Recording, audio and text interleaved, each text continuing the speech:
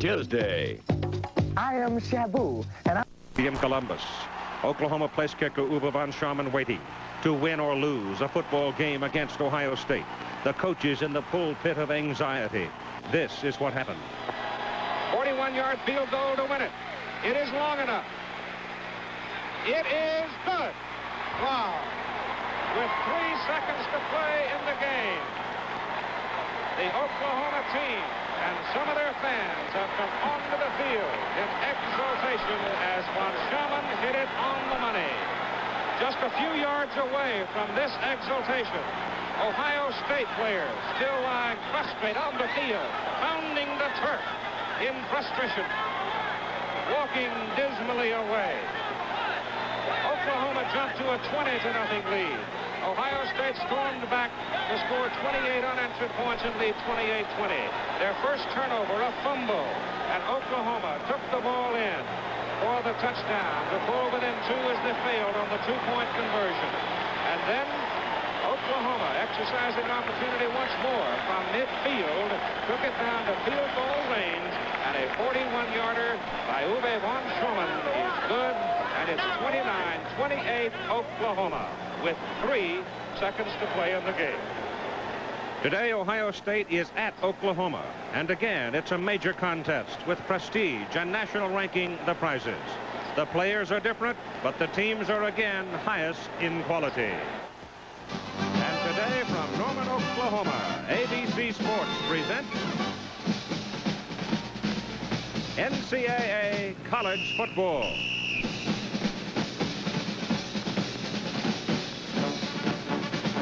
The second meeting ever between the Ohio State Buckeyes and the Oklahoma Sooners.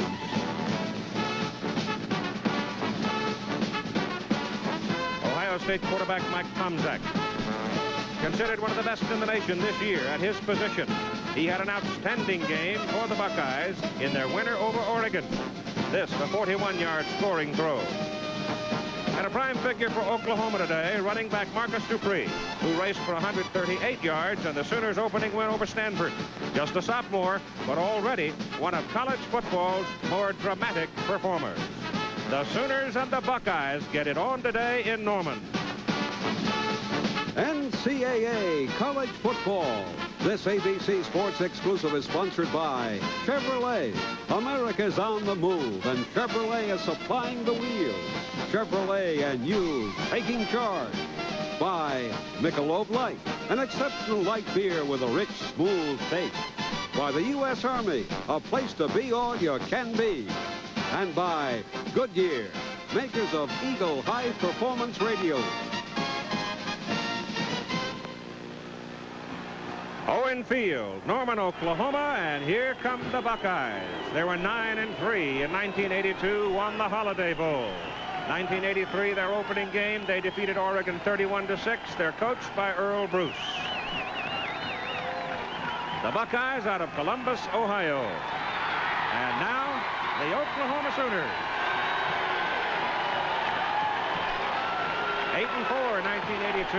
Their opening game, they beat Stanford 27-14. Their head coach is Barry Switzer, the winningest coach, active coach in the country. Hello again, everybody. I'm Keith Jackson, along with Frank Broyles. We're already soggy because it is hot today. It's well up into the 90s, well over 100 on the field. Tim Brandt will tell us about that. Going into this ball game, Frank Broyles, Barry Switzer was loose and easy. Earl Bruce was tight and grouchy. That's about the norm for the two of them the day before the game.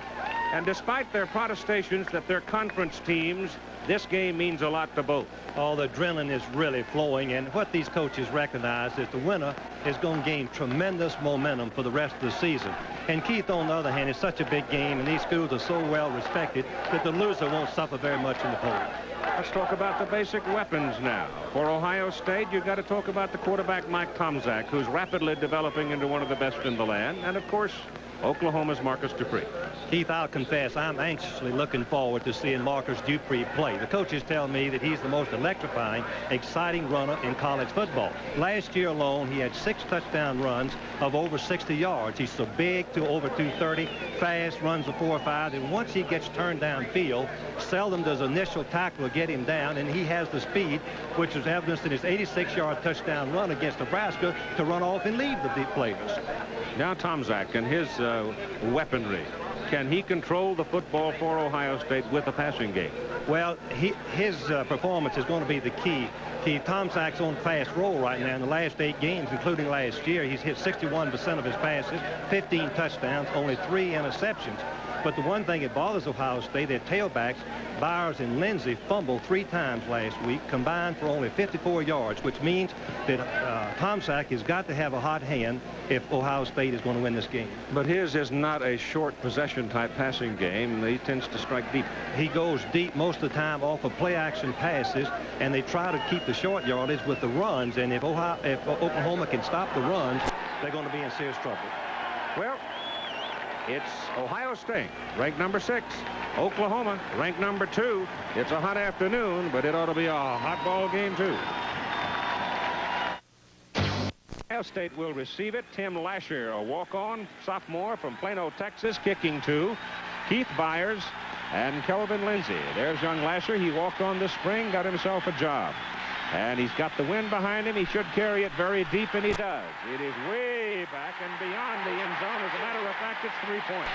He knocked it through the uprights. Right now, let's check in with our colleague Tim Brandt about the heat down there.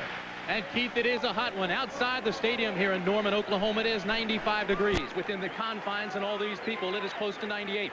But I want you to take a look at this. The AstroTurf, it is well over 120 degrees. Now, I talked to the trainers of both clubs. They have given these players a tablet called Electrolyte. What that is, basically, is just a combination of potassium and salt to alleviate or prevent muscle cramps. Essentially chemically broken down, it is just sweat, so the replenishing the fluids, endurance, conditioning will be a factor. Ohio State goes to the snap. First down at the 20 with Mike Tomczak, the quarterback. Turns and hands the ball to Keith Byers. He's 6'2", 230, a sophomore from Dayton. He slants it over the left side and picks up close to 4. There's a look at young Mike Tomczak. Calumet City, he's 6'1", 190. Vaughn Broadnax is the big fullback, 6'2", 250. Keith Byers at 6'2", 230, as we told you. And looking at the wide people, they're good people, too. Cedric Anderson is a flyer, and so is Thad Jemison at 6'2" and 190. Call it second down and 6. As Byers picked up the better part of 4 yards on his first carry, and Tomczak throwing on second down. Goes to the short man, and the pass is completed to John Frank, the tight end, out close to a first down. There's Big John. And he is a big target at 6'3", 220. William Roberts at tackle, 270. Kurt Loudermilk at guard, 250. Joe Dooley is the center at 270. Scott Zielinski is the right guard at 260. Mike Krerowitz at 280 pounds. So they're plenty big up front offensively. Tomczak hit the last 10 passes he threw last week. And with this completion, he now has 11 in a row. And he is just half the length of the ball short of the first down. Byers, the tailback, gets the first down as he runs it up to the 32. So they've carved a couple of holes in the middle of the Oklahoma defense, which consists of Goodlow, Bryan, Casillas, Slater, Murphy, Benson, and Shipp. And the defensive secondary lines up this way. Hall, Drain, Casey, and Stanberry. So Oklahoma is going to have to concern itself. If you get preoccupied, Frank Royals, with the passing of Tomczak, Ohio State will beat you up the middle like a drum. Ohio State has a big offensive line that can control the line of scrimmage on the running game against most teams. Again, they go to the running attack with Byers carrying the ball.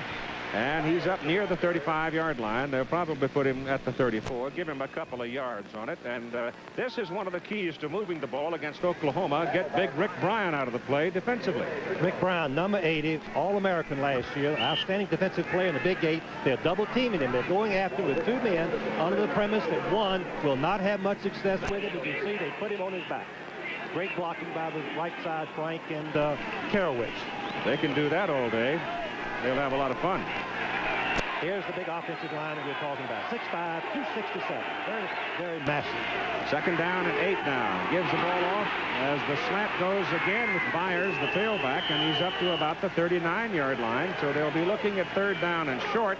And once again, the Ohio State offensive front gave him a door. Fake pass and run is a play that all teams use effectively on long yardage, and you can see the center Dooley blocking the nose man Casillas over the side, letting Byers break right through for a nice gain. Byers has come out now, probably going to rotate a lot of people because of this heat today, and Kelvin Lindsey, a 195-pound senior, has gone in. Maybe a little quicker, but he is quite a bit smaller, some 35 pounds lighter. Lindsey has the ball, finds some daylight over the left side, and gets the first down for Ohio State at their 44-yard line. Brought down by Darrell Goodloe. Goodloe is a senior, redshirt, out of Maplewood, Missouri. Defensive left end. Oklahoma's defensive strategy is to take their 7 front men and try to stop the Ohio State running game so that they can keep their 4 secondary people playing for the deep passes that Tom Sack has been so effective with in recent games. See there that Alabama's having a big day against Ole Miss, and so is Walter Lewis. So Ray Perkins looking for his second straight win at Alabama as Tom Sack on first down, drops to throw and goes with it. The pass is completed to number 20, Kelvin Lindsey, the tailback, and he is on the Oklahoma side of the field at the Sooner 48. It will be a big lift if Ohio State can take that ball and stick it in the end zone. Now again, let's watch the handling of Rick Bryant. Number 73 is Mark Karowitz, right offensive tackle. His job on the play action pass is to keep Rick Bryant, number 80, out of the way, and he does a great job, and the pass is completed. Keith Byers now has had a breath on the sidelines, and the big sophomore from Dayton is back in at tailback. That's a big backfield, 230-pound tailback and a 250-pound fullback.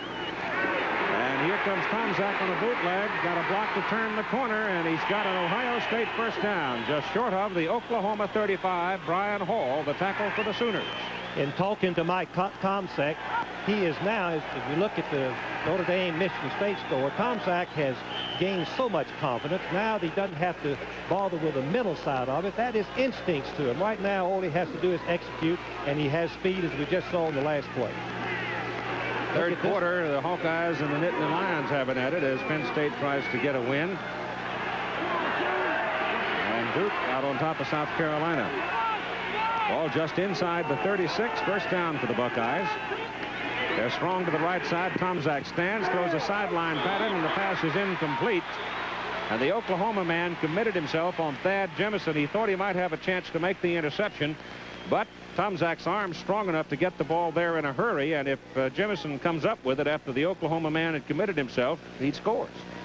This is a single out pattern that Tomczak audible to try to make Oklahoma come in and play more against the run. Drain took a considered risk there and was able to slap the ball away just barely. Lindsey is back in at tailback. Tomczak will throw the ball. The pass is completed inside the 25. And it should be another Ohio State first down as John Frank, the tight end. Of course, this is the holiest of days for the Jewish faith. John Frank spent a goodly amount of his evening last night in church, since this is Yom Kippur. He is playing football today. John Frank is the leading receiver of tight ends in Ohio State history. 76 receptions, 26 last year, and 4 last Saturday. An academic All-American all of his 3 seasons there. Tomczak hands the ball, and it goes over the left side with Keith Byers, the tailback, carrying. And the gain is just over the 20, close to the 19 of Oklahoma.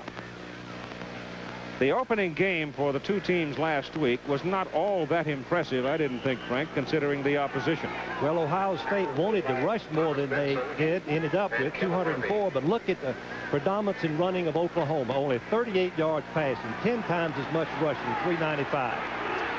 So the tailbacks now are being rotated by Earl Bruce. Lindsey is back in, has the ball on a power sweep to the right side. And the Sooners, who run very well between the boundaries, they're a tough team to gain much yardage on, trying to go east and west.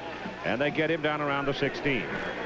surprisingly, Oklahoma's defense is staying with their 7-man front, using their secondary to cover against the passing. It seems to me that as the team threatens your goal line, they're going to have to bring in their strong safety and cornerback to help against the run.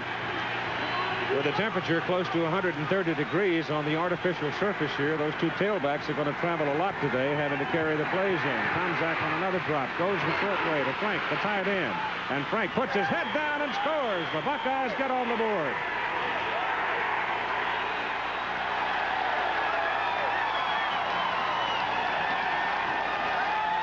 A 16-yard pass play, Tomczak to John Frank. And once Frank got out there, he used his 220 pounds and stuck it in the end zone. What makes this play successful? It's the fake of the tailback. Holds the linebackers while Frank is crossing over into the flat. Look how wide open he is. That's because the linebackers are so conscious of the run, and then Frank makes a sensational effort to get into the touchdown. He ran right over the top of Jim Rockford to stick it in there. Now the extra point try for the Buckeyes. Rich Spangler comes straight at it. Lou Groza, the great one, has been working some with him. He's straight as an arrow with that one. And so at 8:44 to go in the first quarter of play, the Ohio State Buckeyes go 80 yards and lead Oklahoma 7-0. It's floating in the breeze there, and it's an enormous flag. Give you some idea of the velocity of the wind as you see the statistics on the touchdown march by Ohio State. It was impressive. And now Oklahoma, with the wind at its back, will get the football for the first time with 8:44 to play in the first quarter. Buster Rhymes, number 4, top of the picture, and Earl Johnson, a tailback, number 5. They are the deep people for Oklahoma. Both of them very fast. Rhymes was a tailback. Now he is a wide receiver. And the kickoff by Spangler.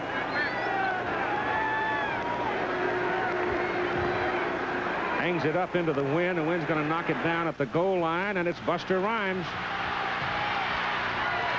Breaks it out. He has great speed, and one man shoved him out of bounds. It was Pepper Johnson that kept him from going 100 yards for a touchdown. There's Buster Rhymes. Watch him.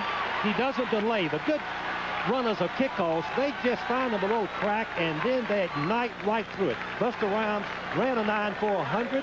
You can see that he has speed and size both. He's 6'3", 200 pounds, and comes close to going all the way. Oklahoma starts first down just beyond its 36, with Danny Bradley pulling the trigger on the wishbone. And the first man, Spencer Tillman, gets it and slants it up to the 39. Let's go back to the Ohio State touchdown. If you got here a little late, an isolated picture of the man who scored it, tight end John Frank. Watch how Frank goes across where the linebackers are troubled with the fake. Look how wide open he is, because the fake in the backfield kept the linebackers at home, and the split end decoyed the halfbacks back, but the impressive thing was the effort of John Frank, the tight end. It is second down and 7, and the pitch goes back to Marcus Dupree. And Dupree, 6'3", 230 pounds, pounds it up across the 45. Danny Bradley, the quarterback, 5'10", 185, and quick as a hiccup. Spencer Tillman is the fullback at 205 pounds, very quick. Marcus Dupree, I'm sure by now you know all about him. And Steve Sewell, the wingback, 6'4", 200 pounds, with Buster Rhymes outside at 6'4", 215. There have been many years where Oklahoma's had small people at wingback and wide receiver, but this year they've got big people. It's a first down for the Sooners. Out on the 47, and Bradley turns and hands it off quickly to the first man out of the wishbone. That would be your fullback. And Spencer Tillman was a freshman redshirt starting this year. Johnny Fontenette playing with a sore shoulder, 6 feet 230 at tight end. Brett Burks, a 270-pound tackle. Paul Parker, 280-pound guard. Chuck Thomas, a 270-pound center. Eric Pope, a 265-pound guard. And David Dillingham, a 265-pound tackle. Time out on the field for an injured player. Looks like it might be Eric Pope. If, in fact, it is Eric Pope, they've got a problem, because Tim Randolph has been playing in that position. They had hoped to use him some today to back up at tight end. Score 7-0. We'll be back. Vasilius, Nelms, Morrow down. Linebackers are Lowry, Backus, Tatum, and Curtis. Secondary, Lane, Gale, Sean Gale, Doug Hill, and Kelvin Bell. Eric Pope went straight to the locker room. Looked like a dislocated shoulder, some kind of an injury to the shoulder. Tim Randolph, who had scheduled to play at tight end, had to hurry up and put on a guard shirt so that he could come in and play the offensive right guard. And you see Danny Bradley keeping the ball, being brought down by Garcia Lane on the play. When Oklahoma gets in the middle of the field, they like to go to the wishbone, because the wishbone is a mirrored offense, meaning you can run equally to the right as well to the left. And Ohio State played it beautifully. Bradley is so quick, though, Frank. He's a holy terror when he gets out on the corner. In Oklahoma's I formation, the runner, the quarterback, fullback, and tailback are all outstanding runners and threats to go all the way. Sooners are looking at 3rd down and 8 now from their own 48. And Bradley's going to put it up for the first time today, gets some pressure, turns it around the other way. He's got nobody to throw it to. He's got to do it all by himself, and he can't do it. Ohio State's pursuit was pretty good. And you've got your first penalty flag of the afternoon as Garcia Lane kept him from breaking for the first down. He had absolutely nobody to throw the ball to. Oklahoma had only one man receiver pattern, and Ohio State had him double covered. And you see the call by the referee, Tom Quinn, clipping on the Oklahoma Sooners. While we're waiting for the penalty, let's check in with Jim Lampley in New York. In the Nittany Valley, they have just gone to the 4th quarter, Keith. Penn State now trailing 35-28 after a long run by Norm Granger of Iowa. Since that time, Strang has completed a 60-yard pass, so Penn State is back in scoring territory early in the 4th quarter. Remember, they only scored 6 points in their first 2 games, or 9 points in the first 2 games, so much different today. Keith? I'm not sure it's different in, up on the mountain at Penn State these days, too. On the offense. 3rd down. Replay the down. You saw the officials reflected there. Tom Quinn, the referee. Wayne Meese, the linesman. Otto Pulls, the field judge. Bob Placeris, umpire. Kent Houchy, the line judge, and the side judges. Ed Clark, Dan Upson, the back judge. On 3rd down, Oklahoma goes on the ground with it. And Ohio State's pursuit is very good to get Spencer Tillman. And now the Buckeyes asserting themselves, taking the opening kickoff 80 yards for a touchdown, and they have shut Oklahoma down here in the Sooners' first possession. We can expect and take notice that Oklahoma will run the ball a lot on 3rd and long, obvious passing downs, because most of their time with their quarterback is spent on the triple option. Very little on the passing game. Darren Ataya is in to do the punting. Punted 4 times against Stanford last week, averaged 38.5 yards per kick. Got a little pressure on him. Gets it out all right. The wind helps him some. A high hanging kick and a fair catch is called by Garcia Lane for Ohio State. So the Buckeyes have pretty good field position. They're just beyond their own 32, leading by a score of 7-0. Ball back, and Hugh Hindman, the Ohio State athletic director, just passed by the door and obviously had both thumbs up. Very pleased with the way things are going. Now here's, I think, a test for the Oklahoma defense. Ohio State goes to the attack with 41 Keith Byers carrying. And the Sooner defensive unit asserts itself. But this time, Rick Bryan was not to be handled, and he got his man.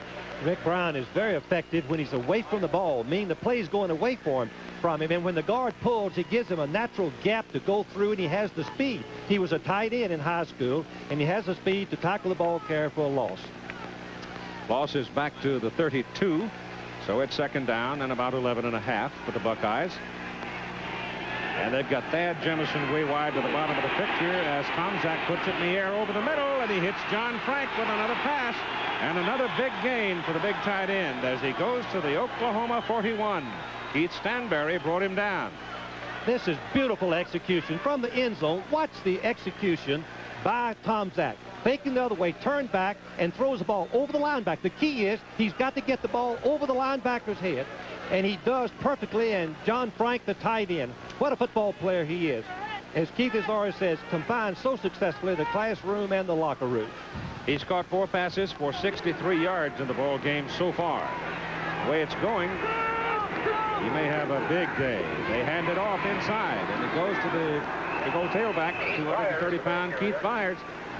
And he just hammering. There's nothing fancy about that. They just go helmet to helmet and go after him. Well, Keith, when you have the massive offensive line, Ohio State's always been known for running the football. That's what they work on. That's what they stress. That's what they emphasize. They want to run north and south as much as they can, and they're making just enough yards to move the chains combined with Tomczak's accurate passing. 2nd down and about 4.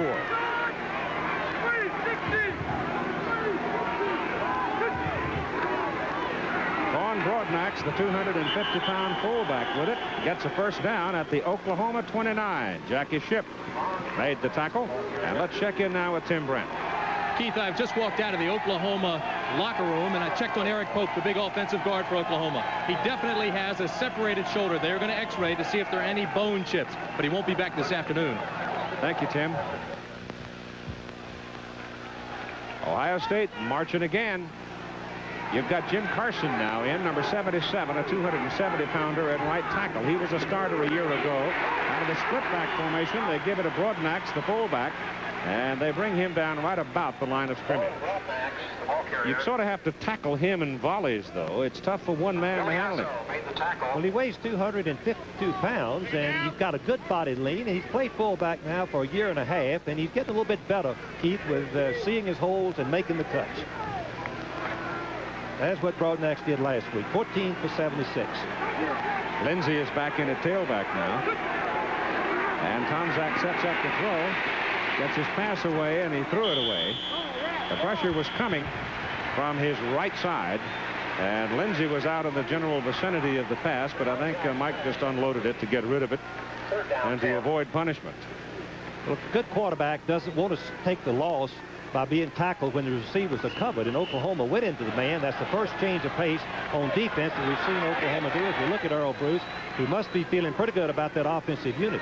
Jim Lachey has come in at left guard now, replacing Kirk Loudermilk. He's got to rotate him. It's brutally hot down there today.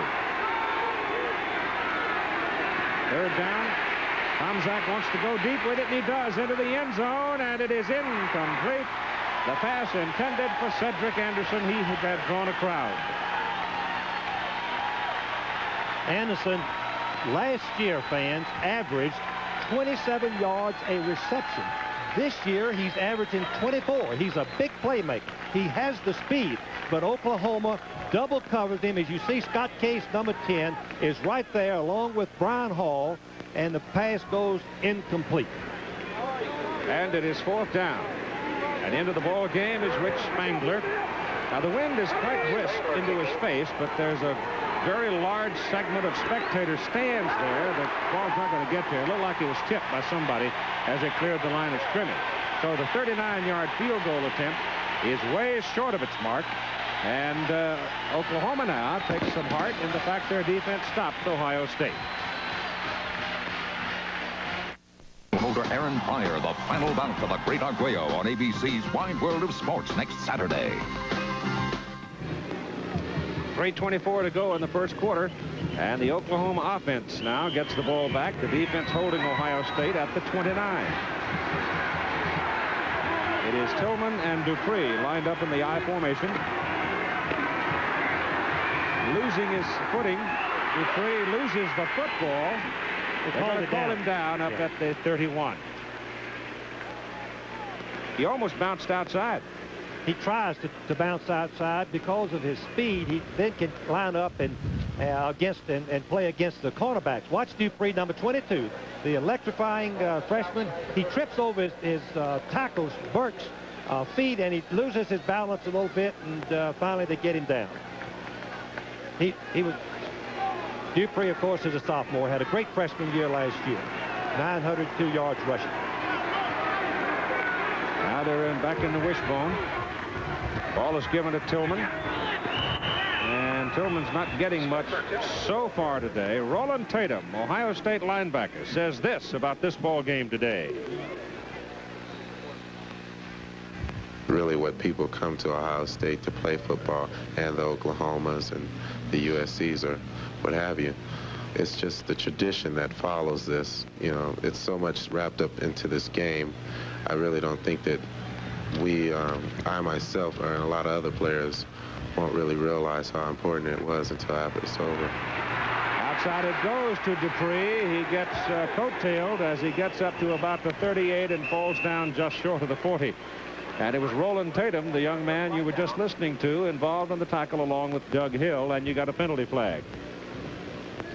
Could have been a face mask. Procedure. Oh, that hurt because they had the first down. Here's Tatum on the option play. Tatum, number 32, is a linebacker. He has to be the inside pursuit when the Oklahoma team runs the option play. He's got to be able to run. He's an agent of action on the option play, and you can see that he gets out and lassos and pulls down, at least slows down Dupree. He's a 225-pounder, a senior out of Inglewood, California, and not related to Jack Tatum, who was an All-American at Ohio State. Illegal procedure on the offense. Now Oklahoma with 3rd and 10, Keith, has got to decide on this end of the field, will they risk the passing game with Danny Bradley, who's a pretty good accurate passer, but Oklahoma are not known for their passing, or will they run the ball on 3rd and long? Going to throw. Slips and falls down, but caught himself. Now he gets a little help and comes back upfield to the 40. To the 43, 4, 5. First down. All right, let me say this about Danny Bradley and the quarterback position at Oklahoma. If Bradley steps in at that position, has a big game, and takes charge, look out. The Oklahoma coaches said if Bradley can make the big play, we can have one of the great football teams we've had. He nearly slips on the turf here. He grabs his arm and gets back up. Now watch his quickness. He is an outstanding runner. All the Oklahoma backs can run. That includes their quarterbacks. As you can see, he makes the first down. Ran for 65 yards against Stanford last week. This is Dupree. Fumbles the football. He was hit just as the ball arrived. Ohio State wanted it, but they didn't get it. Boy, they are really after Dupree.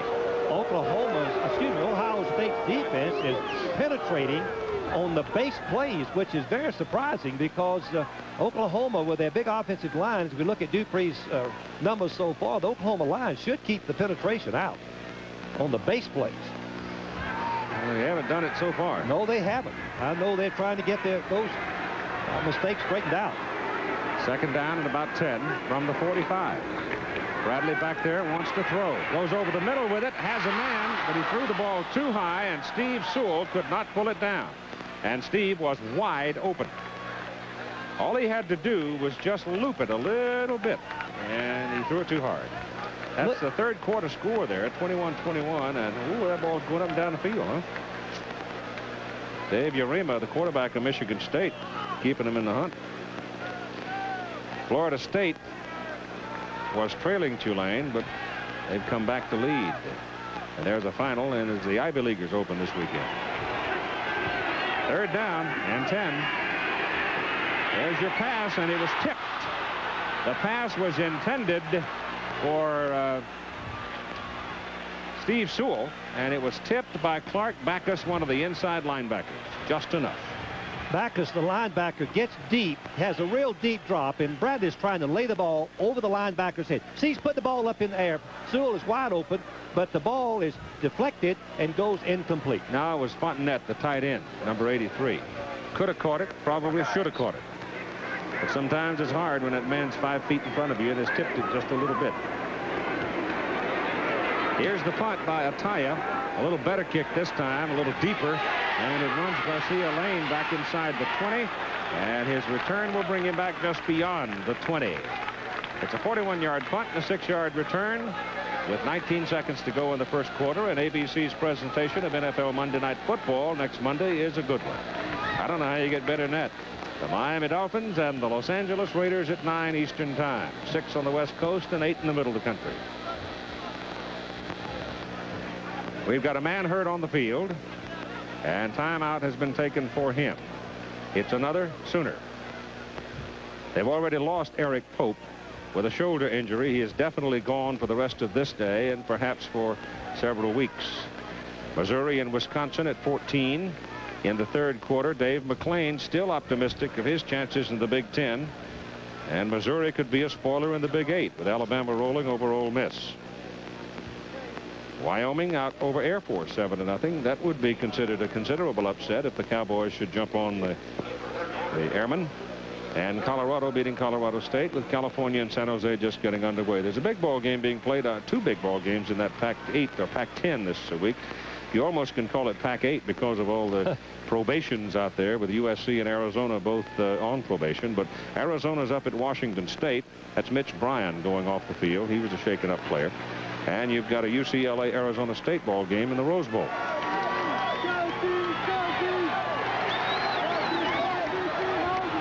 First down for Ohio State. Call it the 20.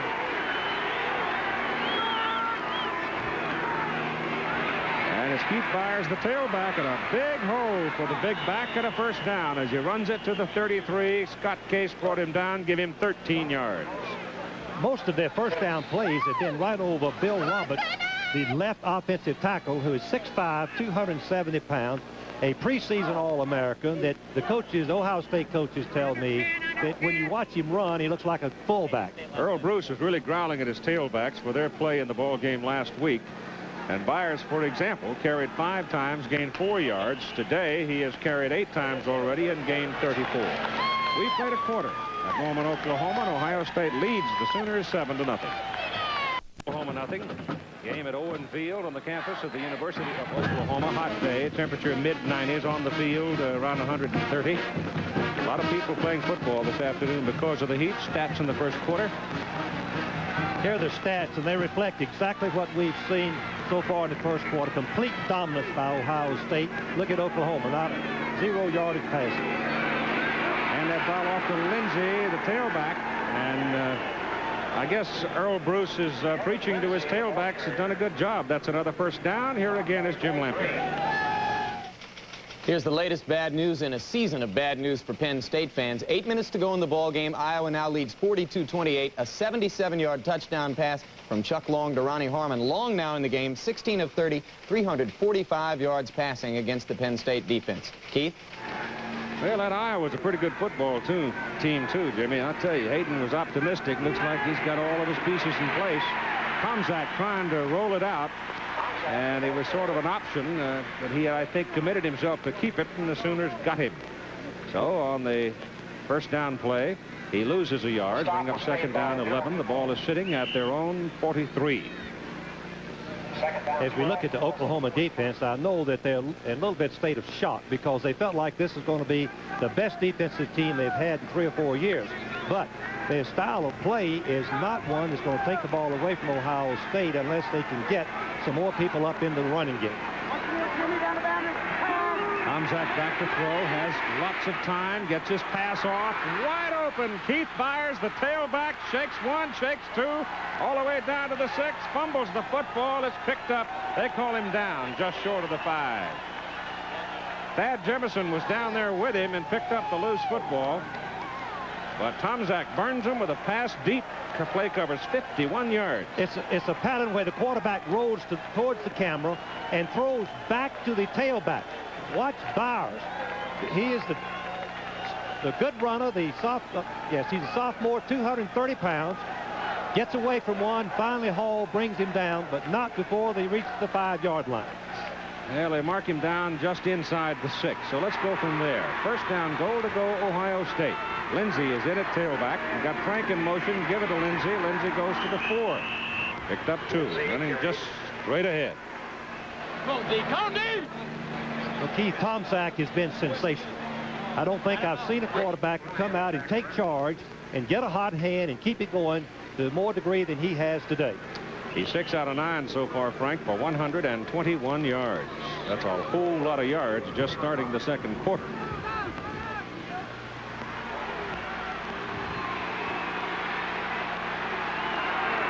Broadnax and Byers. Broadnax, the fullback. They might give him a yard, maybe advance him to the 3. But I tell you, they made him look like a wishbone there for a minute. One fella had one leg and another fella had another leg, and another guy was beating him on top of the head. So they really jumped on Big Von Broadnax. Now it's decision time.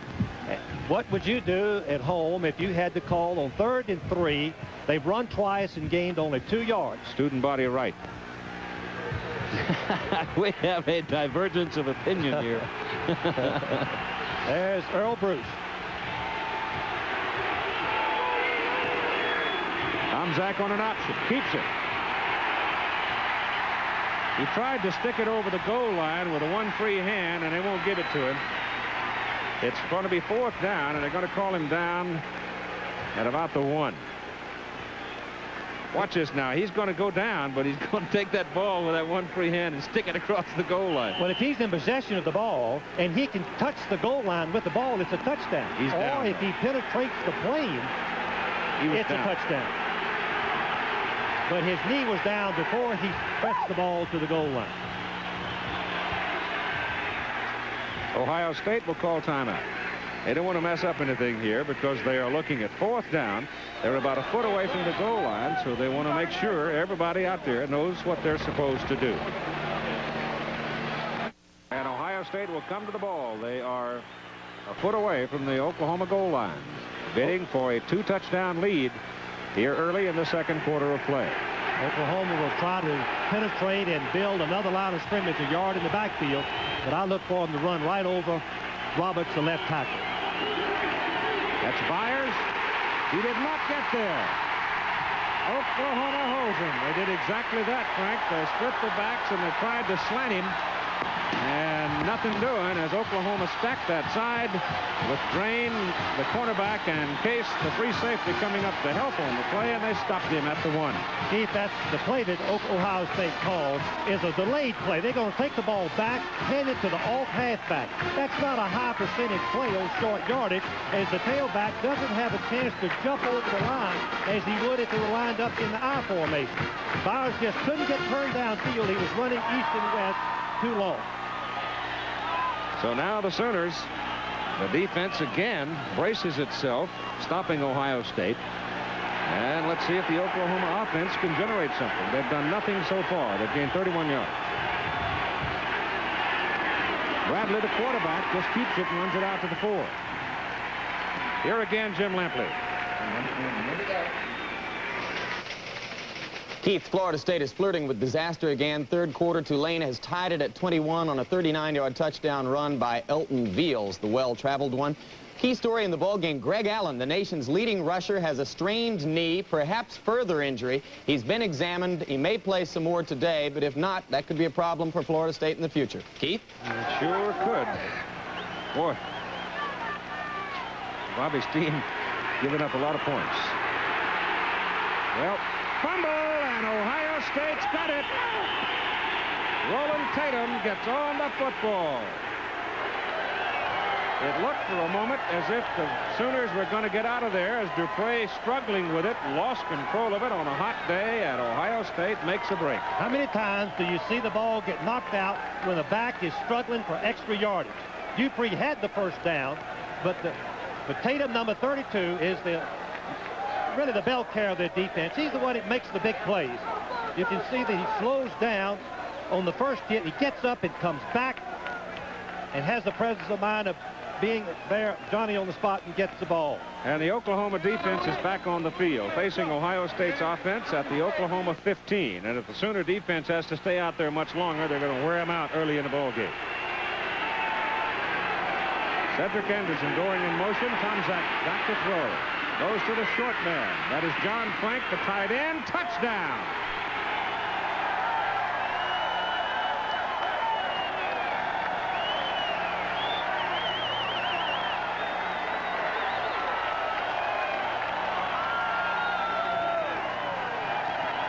This is exactly the same touchdown pass that they threw last time. In the cross, you can see Tomczak fakes.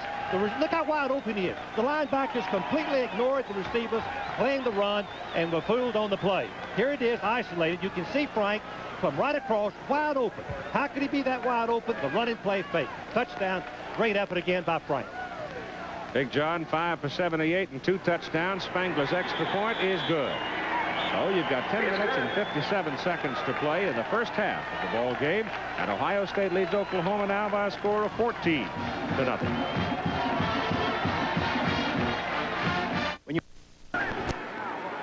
That's a good combination. When you've got a tight end like that using, Keith, you and I have talked repeatedly about the difficulty teams have in covering a tight end after a good running play fake.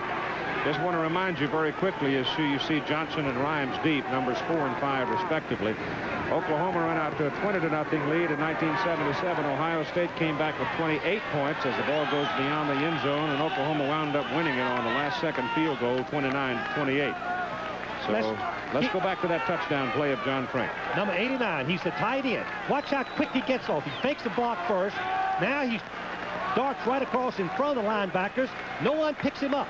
This pass has been open 3 times so far in this ball game. Oklahoma must change their defense and drop the outside linebacker if they're going to stop this pass. But the effort right there was just outstanding.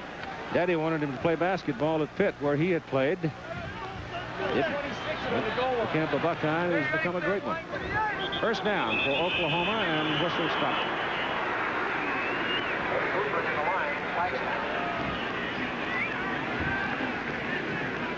The Oklahoma offense has just been impotent so far. Here's Tom Quinn. Dead ball. Another penalty against Oklahoma. I asked Marcus Dupree yesterday if he is committed to finish his career at Oklahoma. Well, yes, I think I'm going to play 4 years, and my mom wants me to get my degree, and I think I need it, and I think I'll be here the next 2 years. Your mom's right. Not a matter of thinking you need it, but I guess somebody comes along with $7 or $8 million bucks. One has to look at it. Who knows? There goes Marcus with the ball. And he isn't going anywhere. 3 Buckeyes are out there to get him, led by Roland Tatum, Byron Lee. What is happening to the Oklahoma offense? Let me see if I explain very quickly. Oklahoma believes they must make yardage up the middle. As you look at the Penn State trailing Iowa by 8 points, Oklahoma feels they have to make yardage up the middle before they run wide. Keith, they haven't made any yardage up the middle. And therefore, their wide plays are being shut down because Ohio State stand-up people can move. They can run. The linebackers and ends. Spencer Nelms, the middle guard, has held his territory pretty well, too, so far. Bradley back, wants to throw, goes down the sidelines. He has a man wide open. That's Buster Rhymes, and Rhymes takes it down to the Ohio State 46. The first big play of the ball game for Oklahoma, and Sean Gale, the man that kept him from scoring. 40 yards on the play. Ohio State is going to bust the defense, fans. How can he be this wide open? Look at it. There's not a defensive player within 15 yards of it. Buster Rhymes, number 4. And Bradley very calmly gets the ball to him before I guess that's Hill, number 19, comes over, runs him back to the inside, and Gale makes the play. A big play for Oklahoma, something they desperately needed. If Bradley gets it to him a second and a half sooner, he's in the end zone. That's a good call, Keith. That's right. There you go. Dupree busted over the left side. Goes 9 yards. Roland Tatum making the tackle. Roland Taylor, number 32, was an outside linebacker, meaning he played outside covering the wide plays. Now he's moved to the inside where he can get involved. Look how quickly he recognizes the play as the left tackle dives for him and misses him, and he comes over and lassos Dupree down from the side. Tried to strip the ball, too. Almost did. Second down, 1. Dupree now 6 carries, 31 yards. He's tough to handle all day. That's Spencer Tillman. He's gone. Touchdown, Oklahoma.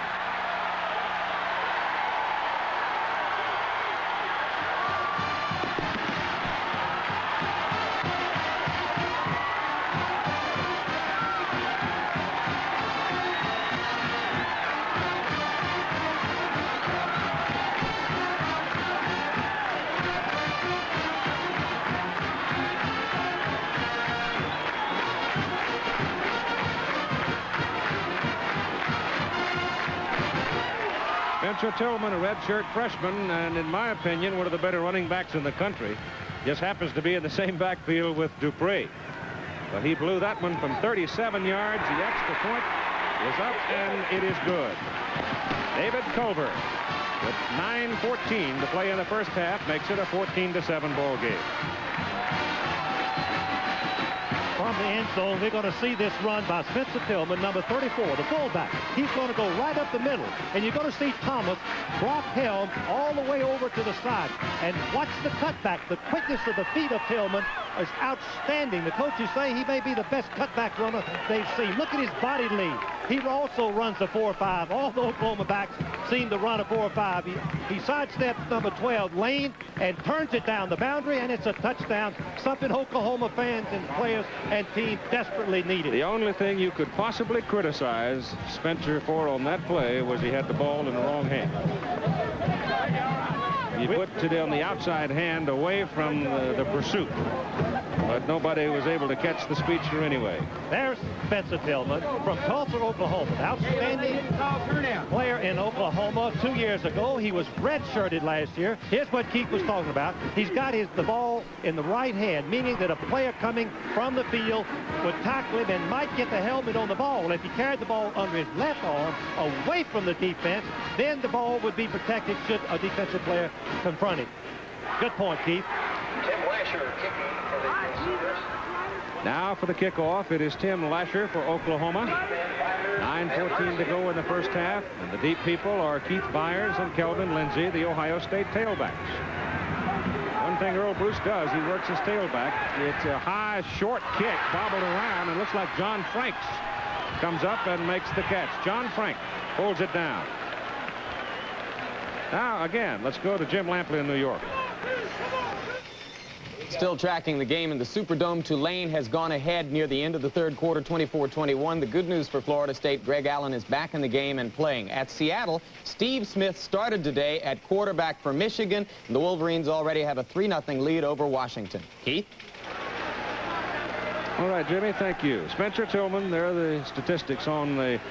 That was an impressive possession. You had the two big plays. Now, you had the Buster Rhymes pass reception for 40 yards and then a 37-yard run by Spencer Tillman, accounting for most of it. Now, Ohio State comes back.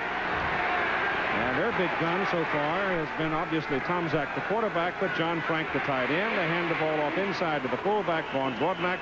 And Broadnax from the 31 gets up across the 35 for 5 yards. And Keith, once again, on first down, they run the ball right behind the All-American candidate, Bill Roberts, and also Kurt Loudermilk, the left guard, number 63. They're outstanding blockers. They can sustain their block and give the ball carrier a chance to make his cut.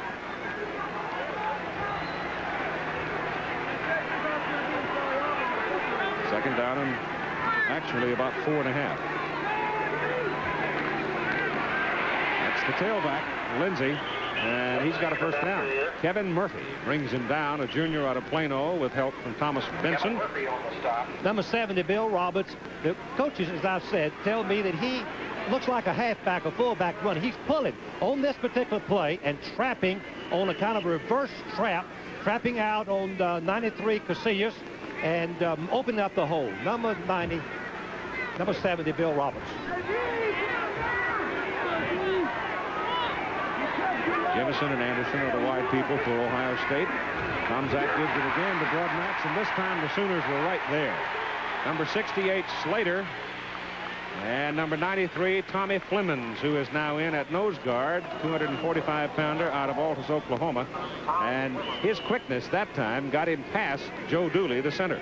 Keith, that's a good point. They slanted. Oklahoma slanted, meaning they shot the gaps, trying to get some penetration, guessing again that Ohio State was going to run over Roberts on first down, and they were right.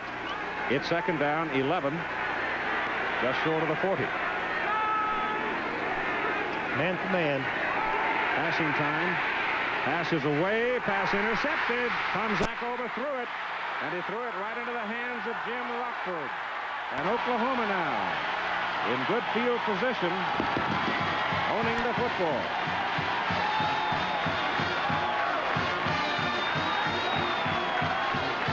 Keith, I'm sure Tom Zach would like to have that pass back. When you throw the curl, we have repeatedly told you fans, the quarterbacks are taught to keep the ball below the shoulder pads, because anytime you overthrow a short pass, it's likely to be intercepted. Look at it. The ball was overthrown, and there's Rockford, number 2. All he's got to do is pull it in. First interception of Tom Zach this season. Oklahoma first down. Ohio State 39. Give that ball away to Earl Johnson. In for the first time today. 5'11", 200-pound redshirt freshman from Dallas, Texas, ran for 96 yards last week, sharing the job with Marcus Dupree. And Earl Johnson is no slouch. He just happened to be the outstanding back in Texas 2 years ago. He also was redshirted last year, and they expect great things from him. They got more than one barrel to load. They certainly have. In a hot day like this, that's important. Second down and 6 as Johnson gained 4. Paul Lewis, wide man, top of the field. And they hand it off inside to Tillman. And Spencer Tillman gets a first down for Oklahoma at the Ohio State 21. Steve Hill brought him down. Here's Tim Brent. Keith, in that last Oklahoma scoring drive, Marcus Dupree carried the ball, but he twisted his knee. The outside of his left knee is injured. It is taped now with ice and a wet towel. They are going to watch him gingerly. It does not look like he'll be in the rest of this half, but they will check it at halftime. You can see the knee now. He has it taped in ice. Yes, sir.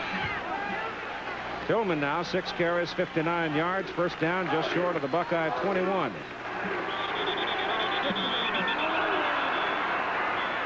Well, Bradley was pulling away. The guard was pulling out to lead the play and didn't get the ball. It's hot down there. It's stuck to the grass.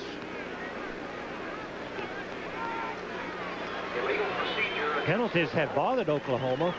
In their first possession, Ohio State didn't stop them. They stopped themselves with a penalty. Buckeyes have not been flagged as yet in the ball game. Oklahoma now with 4 for 30 yards, and have all hurt them. On the offense. Repeat first down. ABC's Wide World of Sports, Greg Pryor, Alex Arguello, the WBA World Junior Welterweight Championship, and U.S. weightlifting championships, as well as a report on the America's Cup. That's at 5 Eastern Time today. Bradley turns after the penalty, gives it to Earl Johnson. Johnson is not going to get a whole lot out of it. He just simply couldn't find a hole. He was over there. He had a couple of people in front of him, but Ohio State had plugged it well with Orlando Lowry, outside linebacker from Shaker Heights, making the tackle. Well, Iowa beat Penn State. The Nittany Lions are 0-3. Iowa's 2-0. Final score, 42-34. Arizona-Washington State in a 7-3 ball game. That's being played at Pullman. And Alabama's on a roll. Second down, 11 from the 22 for Oklahoma. Bradley back to throw. He's got a man, but he's too late finding him. Now look out. He's got some open field. Gets it off into the end zone. It is incomplete. Incomplete, as John Fontenette had come across, and there was very good coverage by Kelvin Bell. Fontenette, number 83, the tight end, makes a good reaction. He's right there. Look how wide open it is. Ohio State busted this coverage, but Bradley didn't see him. Now when Bradley scrambles to the left, Fontenette knows what to do. He gets running towards the sideline, same direction, and the ball is right there. Let's see what happens. Number 4, Bell, is right there. The ball actually hit in the shoulder pads of Fontenette, but he could not hold it. So it's third down and 11 now with Derek Shepard in at wingback. And the pass is incomplete, out of bounds. Buster Rhymes went up to get it, but it was incomplete. And now let's see if they send David Culver on fourth down. Ohio State, as you can see from the end zone, playing the pass. They're not rushing. They're trying to defend, and you can see the double coverage right there on the receivers. The ball was deflected and into the arms of Rhymes, but he doesn't land in bounds, and it's incomplete. So David Culver comes in for a 39-yard field goal try. Culver tried 2. His longest was 30 yards last week. He gets it up. Got to hurry. And the wind blew it out of there. He did not have a whole lot of leg on it. He could not hook it back into the uprights. And so at 5:13 to go in the first half, Ohio State leads by 7. To a 14-0 lead, Oklahoma came back. 2 big plays to go 85 yards. Tillman from 37 yards out running it in. But this time, Oklahoma intercepting the pass at the 39 of Ohio State. Couldn't get anything out of it. Buckeyes take over the ball. First down at their own 22. And the gain is up across the 25 to about the 27 for Kelvin Lindsey. Once again, here's Jim.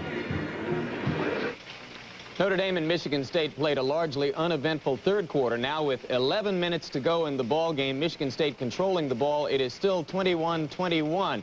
Kind of ironic, Notre Dame helped to give Michigan State football respectability back in the 40s, trying to get some of it back today. Keith? George Perlis making his collegiate debut this season.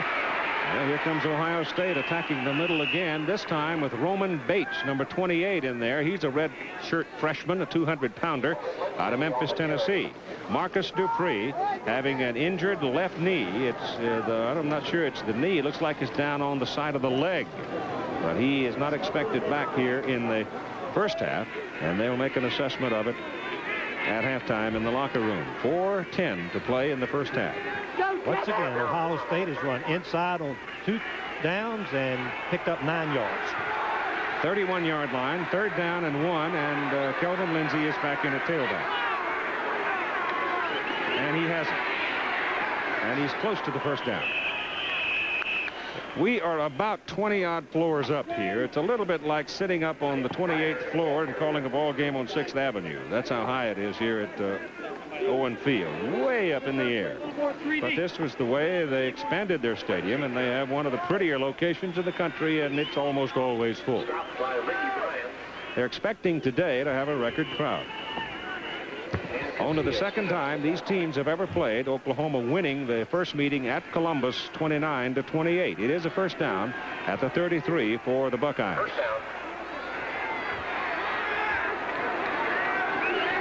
Tomczak sets up with all the time in the world and goes way downfield with it, and there's a penalty flag thrown, and it's pass interference called against Scott Case as he fell down and fell right into the legs of the intended receiver, Thad Jimison. Keith, I think he's calling it on the offense. At least Oklahoma thinks that he is. Well, he's backing him up, but the man's still standing downfield with it.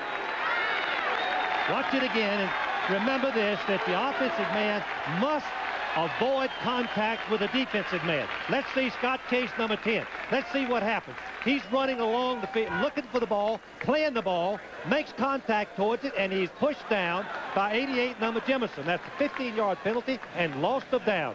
Now watch Timmerson and Case, number 10. Now the rule says that the offensive man cannot make contact with the defensive man. You be the judge right there. The left arm hits him right across the shoulder. Case goes down.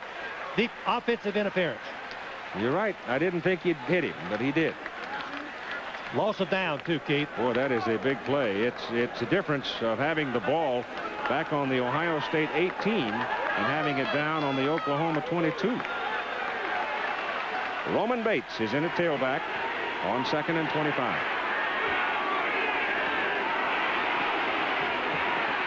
And he's up across the 20. And it'll kick it away. That penalty, as we look at Barry Switzer, you know, one of the, I think, the certain distinguishing qualities about the very successful football coaches, and Barry has it, and that's being able to communicate. I think he excels in that way. As we look at Earl Bruce, who's 39-10 at Ohio State. His first year, his team was undefeated during the season and lost the national championship to Southern Cal in the Rose Bowl. Got to come up with a big play or kick it. Tomczak again has all day and throws it to Lindsey way short of the first down. The deep people were well covered. Oklahoma was playing center field, and there was no chance to get the ball downfield to Anderson or Jimison. And so now, not finding the big play, they'll have to punt it away. And the man that does the punting is Carl Edwards, a senior, who averaged just less than 39 last week against Oregon. If he can get it up high and get some help out of the wind, he can kick them out of trouble. Buster Rhymes is deep for Oklahoma. Buster Rhymes returned one 66 yards last week for a touchdown. That's low. Gives him some room from the 26. And they get him at the 36. So Buster has a 10-yard return on the play. And you've got 2 minutes and 4 seconds to play in the first half. At halftime, we'll have highlights of Michigan State, Notre Dame, Washington, and Michigan. Washington teams going back-to-back against Michigan this year. Texas A&M's 12th man scores and all those kind of things with Jim Lampley, Jack Whitaker, and Dean O'Cook. Oklahoma first down at their own 36.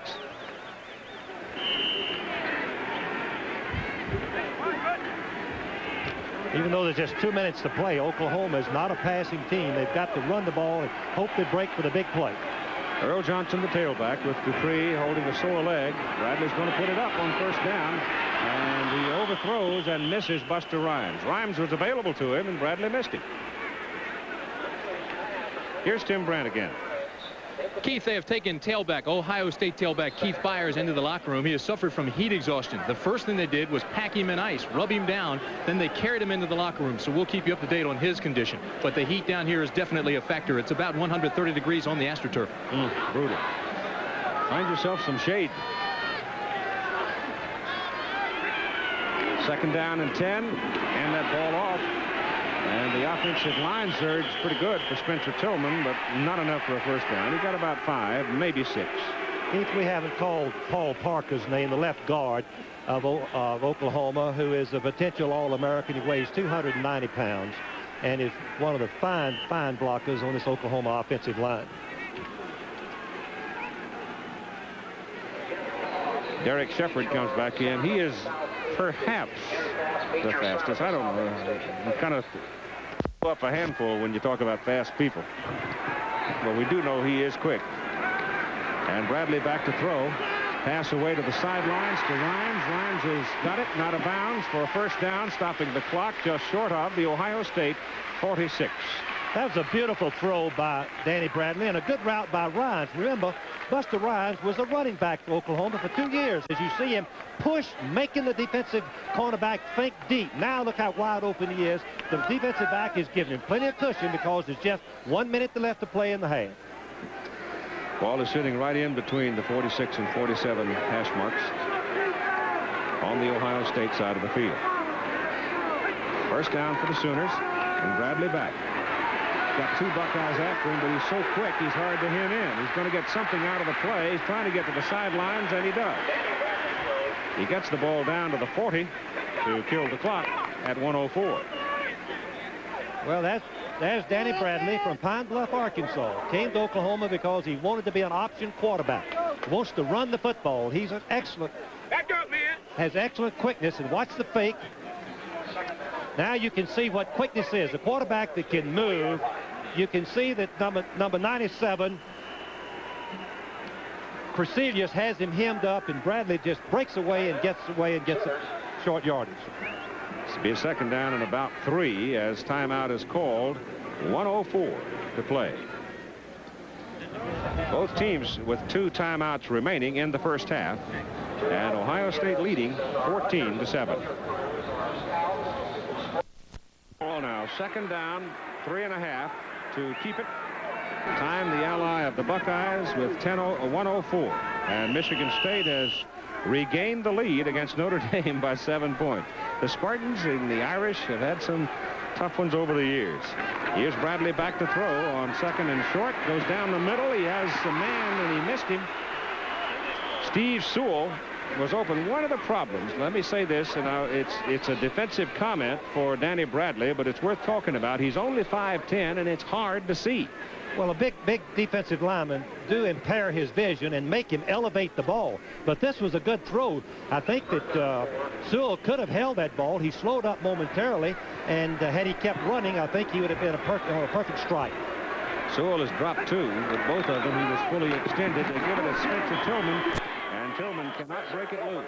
On the third down and 3 play, he's a yard and a half short of the first down. On fourth down, and the clock shows 50 seconds.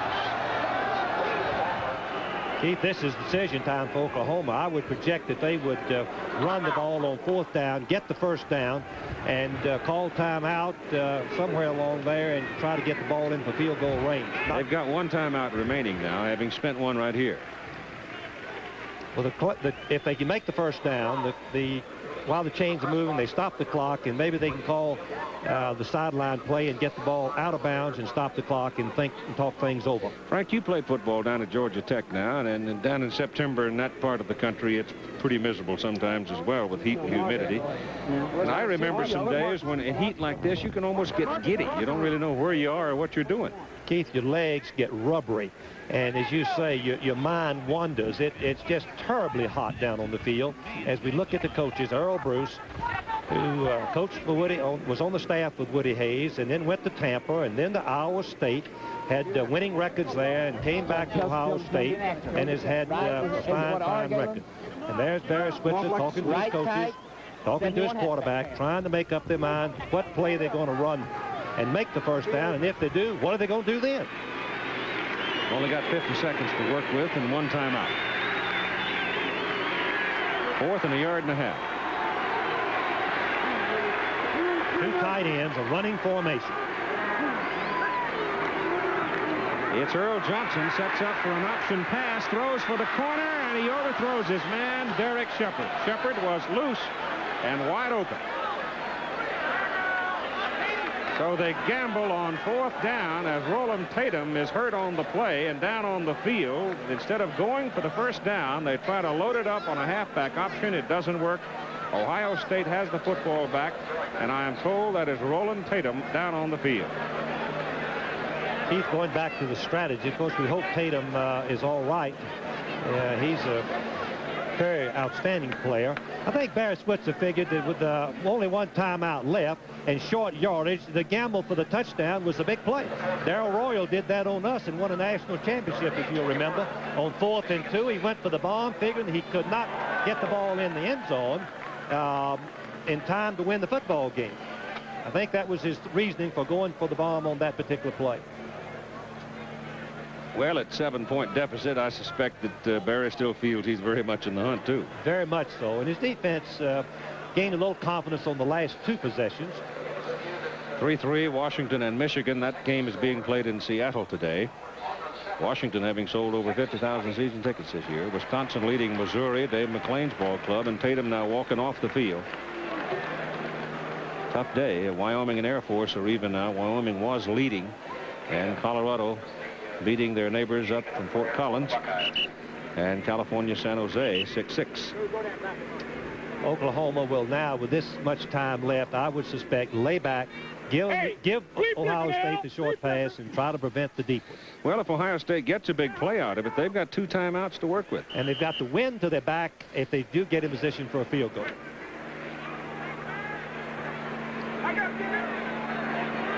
Oklahoma backs are very deep.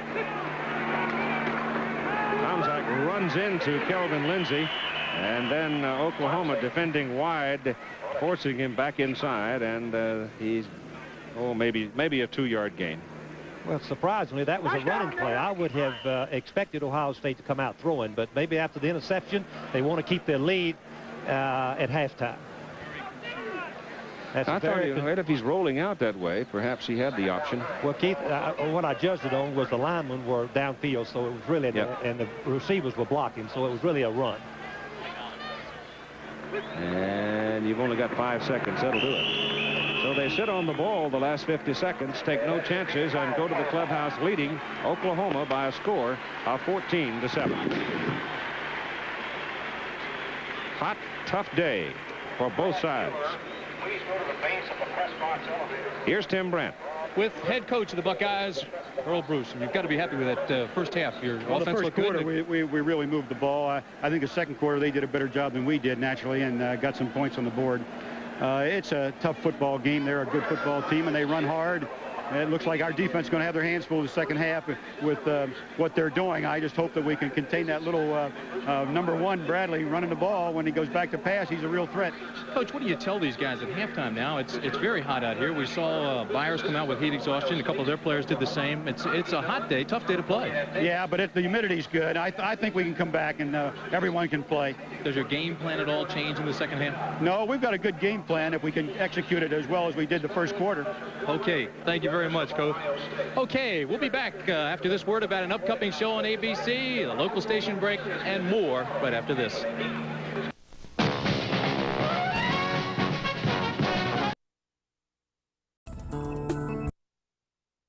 The 12th man is the student body, by tradition always ready to help the football team when called upon. And this year, Coach Jackie Sherrill called upon the student body to become his kickoff team.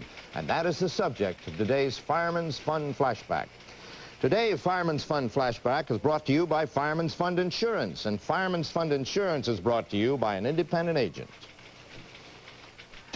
The 12th man saw action 2 weeks ago on this opening onside kickoff against California. And overnight, the kickoff squad has become highly visible. How has it changed your life here on campus? Are you recognized now? Are you a celebrity? No, not really. the other night I went out and this guy came up to me and said, "You're Tom Bumgarner, aren't you?" And, you know, I was shocked because, you know, he sat there and told me all about what we were doing and everything. It was the first time I ever had that happen to me before, you know. I thought that was pretty fun. Because Texas A&M was remotely situated and looked down upon by other Texas universities, the Aggies developed an overwhelming pride in their school and along the way invented tradition. At A&M, there are no alumni, former students they're called. No cheerleaders, they're yell leaders. And every Thursday night, the students jam into the Dixie Chicken on University Avenue. On Friday nights before home games, 35,000 go into Kyle Field for midnight yell practice. And the night before the Texas game, the students ignite a bonfire bigger than the conflagration set by Sherman in Atlanta on his march to the sea. The tradition of the 12th man has been waiting across the years to that New Year's Day in 1922, when Coach Dana X. Bible took the Aggies up to Dallas. This is Mr. Tiny Keene. He was all-conference in track and basketball in the 20s at Texas A&M, and a member of that Aggies football team of 1921 that went to the Dixie Classic on New Year's Day in Dallas, the game in which the 12th man first appeared. Mr. Keene, tell us what happened that day. Well, a bunch of our boys got crippled up, and we run out of workmen. So King Gill, who had passed up this last game in order to be ready for basketball, was up in the stand as a spotter, up in the press box as a spotter for the broadcasters. So DX sent someone up there to bring King down to put on change uniforms with one of the boys that had been hurt, had a broken leg, to be ready to go in if we had to have him. And then that was the origin of the legend of the 12th man, that they were always ready to step in and supply the extra help. For whatever reason, Jackie Sherrill has come up with an inspired idea. I wasn't cognizant of how big a thing it was going to be. It's an arm that sends the athletic department to the student body, but it's an arm of the student body to go to the athletic department, in which it brings the whole campus together. And I don't think there's anything you could do or that anybody has done in the last 20 years or you could ever do, that you could take the student body and the athletic department, we're talking about the student athletes, and put them together. It's something that's here, that you can do here, and we've done it, and it's something that has brought us a lot closer. I'm talking about the student body and the athletic department or the football team a lot closer. This is a statue of E. King Gill, the original 12th man at Texas A&M back in 1922. The story of the 12th man at Texas A&M in 1983 is a marvelous story. First of all, it is one of the most positive stories about college football that we've heard of in a long, long time. And as you know, every great story has an ironic twist. Jackie Sherrill, perhaps the symbol of big-time college football today, is the man who has made the move, however small, to give the team back to the student body. Jack Whitaker with the 12th man at College Station, Texas.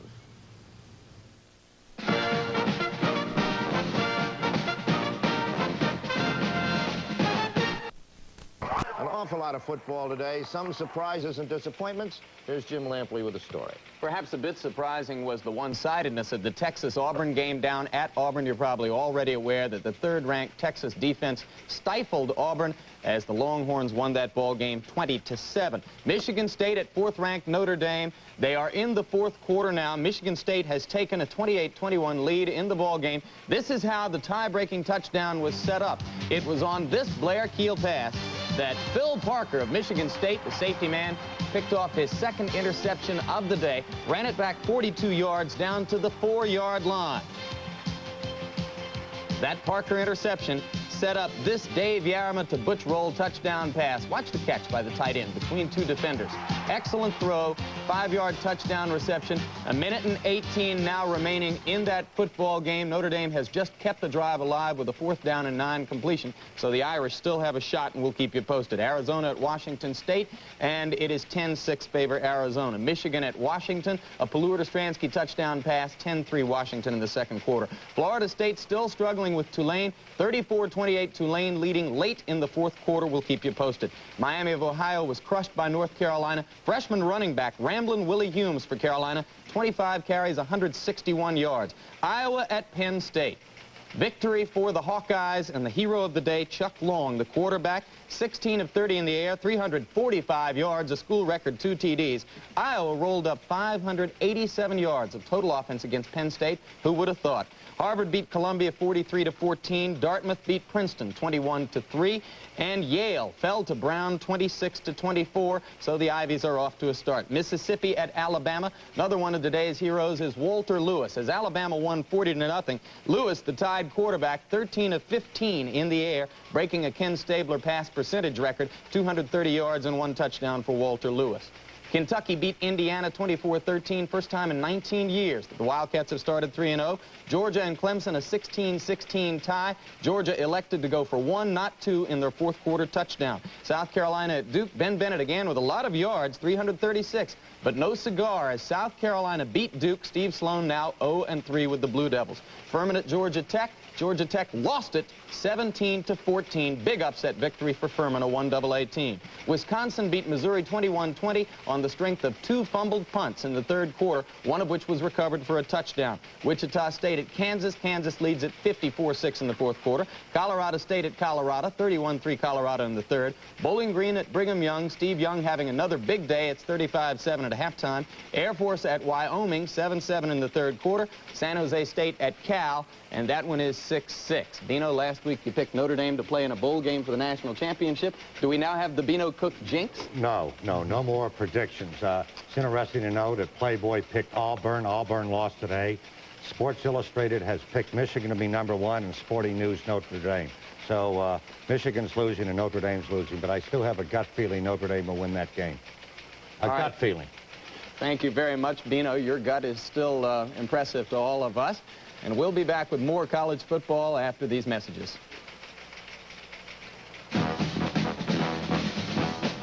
NCAA college football. This ABC Sports exclusive is being sponsored by... By a score of 14-7 at halftime. And I guess in true reality, there have been no major surprises, Frank. No, Ohio State, I think, has surprised Oklahoma with their success running. Their game plan looks perfect. On the other hand, Oklahoma has got to correct some errors on offense, and I think make a few adjustments in their strategy on defense if they want to get the ball. Buckeyes got out to a 7-0 lead, and they did it on the arm of Mike Tomczak, hooking up with his big tight end, John Frank. Well, the tight end is covered by the linebackers, and linebackers think run. They're interested in stopping the running play. This is the reason he's so wide open. The linebacker just forgot to cover him, and then John makes a great effort. Watch this. Watch his effort going over Case and another Oklahoma back there, Rockford, in for the touchdown. Ohio State had really an opportunity to be on top by 20-21-0. They had 4th and goal, less than a yard.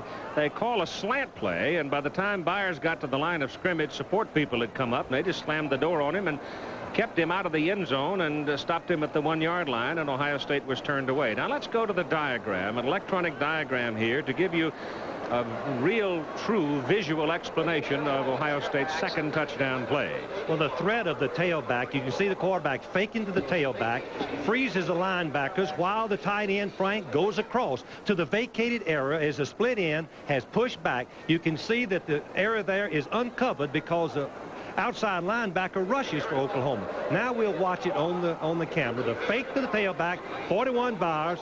Now the tight end is crossing. Tomczak sees him open, gives him the ball. You see how wide open he is? He just hit the vacated area. No one there. Then the effort, the great effort by Frank going for the touchdown. Oklahoma finally mounted an 85-yard drive, one big play, pass to Buster Rhymes for 40, and then this sprint of 37 by Spencer Tillman. Spencer Tillman is one of the quick backs of Oklahoma. He's a great cutback runner, maybe the best Oklahoma's had. The coaches say that sometimes maybe he cuts back too quickly, but you can see the advantage of it right there as he gets to the boundary and goes in. Very happy young man for the touchdown. Marcus Dupree had a bruised leg in the first half. We'll find out just moments after the team comes back from the locker room as to his immediate future. But right now at halftime, it's Ohio State 14, Oklahoma 7, game being played on a hot day in Norman, Oklahoma. Seconds remaining in that ball game. Number 2 is the hero of the game for Michigan State, Ralph Mosichenko, who on 9 punts today has averaged 48.9 yards per punt. At this moment, the Spartans have just taken an intentional safety, narrowing their margin in the game to 28-23. They were deep in their own territory after Notre Dame had failed on a drive which almost went the length of the field and attempt to tie or perhaps go ahead in the ball game. Now the clock will run out on this play. And as you see, the Notre Dame runner is tackled with the football. Michigan State, barring a flag, has wrapped up the victory. No, there's 1 second on the clock. We're now told there is 1 second on the clock, so there will be time for one more Notre Dame play. Blair Keel and company will get one more chance to put points on the board. There's the Michigan State sideline. There is Jerry Faust on the Notre Dame sideline as he looks on. Remember, a week ago, the Irish opened with an impressive 52-6 win at Purdue. They play their next 4 games on the road against Miami, Colorado, South Carolina, and Army.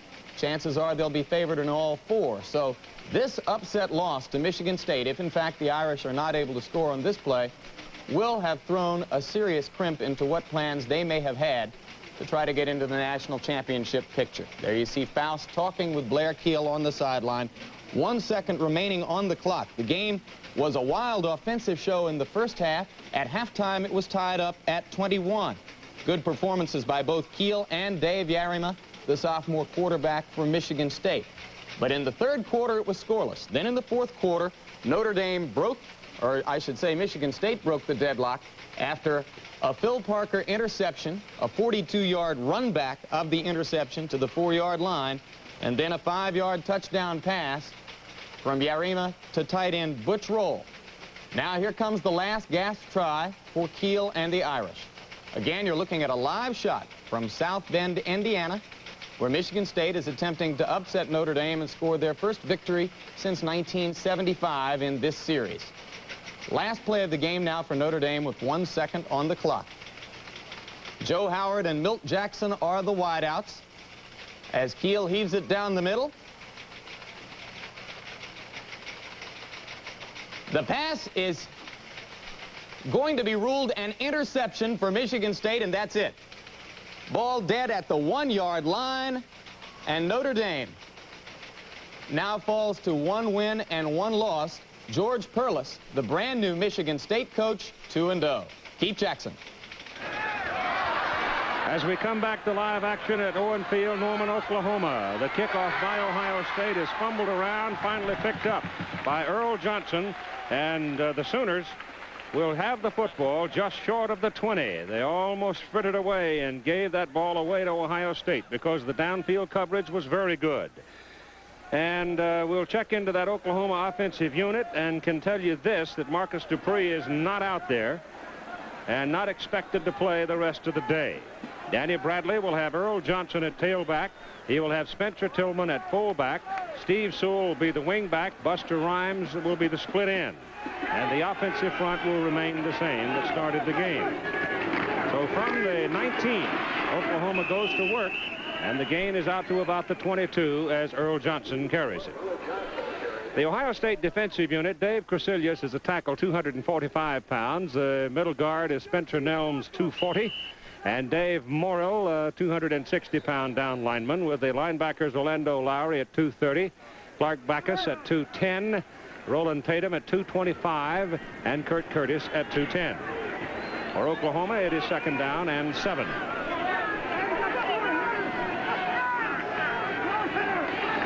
Bradley gives to Tillman, bangs into one of his own people, then bounces back the other way and crosses the 25. The defensive secondary is Garcia Lane, 5'10", 175, good player. Kelvin Bell, who's had his troubles this year, 6'2", 190. Doug Hill, he's out He won't be back. Started the ball game, but he'll not play in the second half. Sean Gale is a cornerback at 5'11" and 195. Steve Hill will be backing up in the position of Doug Hill. And there's the Oklahoma offensive alignment. Buster Rhymes now comes wide to the bottom of the picture, and they send Sewell in motion the other way. Hand the ball off to the fullback, Tillman, and the Buckeyes eat him up.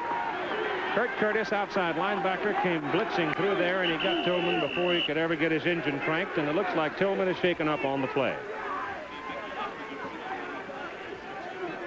I know Oklahoma is very short of depth at the offensive backs with Marcus Dupree already hurt. Tillman, the leading fullback, is on the ground injured. We hope it's not serious. Well, he took a lick from Kurt Curtis and then bounces up, goes by Curtis and says, "Good hit, big guy," and that's the kind of kid Spencer Tillman is. He is a classy young man, a redshirt freshman. And so it is 4th down for Oklahoma. They have to punt the ball from deep in their own territory into the wind. Ataya will kick it. He's had 36 and 41. Ohio State's coming to try to block him. 10 people up for Ohio State. They're trying to get all the pressure they can on the youngster. Snap is low, pressure's on, kick away, not a good kick. It takes an Oklahoma bounce, however, and it's going to wind up all right. But even so, with the bounce, it's going to be Ohio State holding the football up around the 44-yard line. So the Buckeyes have very good field position after a 32-yard punt. And here is Tim. Keith, let me tell you that Marcus Dupree will not be back in the ballgame today. They don't know when he'll be back. He injured his knee. I just talked with Spencer Tillman behind me. He's the other tailback. He just had the wind knocked out of him. He is okay, and he will return. What's it like in the heat down there? Still about 130? Not too bad now. There's a breeze blowing. Oh, that helps. Call it the 43 for Ohio State. And the Buckeyes, who were very effective with their running game in the first quarter, let's see if they choose to start the second half with it, leading by a score of 14-7. Yep, Kelvin Lindsey, the tailback, and a good sizable gain of about 8 yards, crossing midfield before the Sooners can wrestle him down. The Oklahoma defense in a little trouble today with Darrell Goodlow at defensive end, 230 pounds. Rick Bryan at 260 at tackle. Tony Casillas, a 275-pound nose guard. Bob Slater at 265 tackle. And Kevin Murphy, the other end, at 225. The linebacking core, Thomas Benson, 235, and Jackie Shipp, 235. Ohio State has been averaging 4.3 yards on first downs when they ran the football. That's impressive. Tomczak will throw on second and short, flips it out, pass complete to Barry Walker, who is in there at fullback now, a redshirt freshman out of Lancaster, Ohio. Brian Hall, a cornerback for Oklahoma, number 21, 200-pounder. Keith Stanberry, who had a deflection on the field goal in the first half at strong safety. Scott Case is the free safety, and Dwight Drain is the right side cornerback. It's first down for the Buckeyes, and they are on the Oklahoma 43. So they come right out here in the second half in their first possession and start moving the ball. Tomczak gives the ball away to Keith Byers. Byers was the fellow that they took away with heat frustration in the closing minutes of the first half.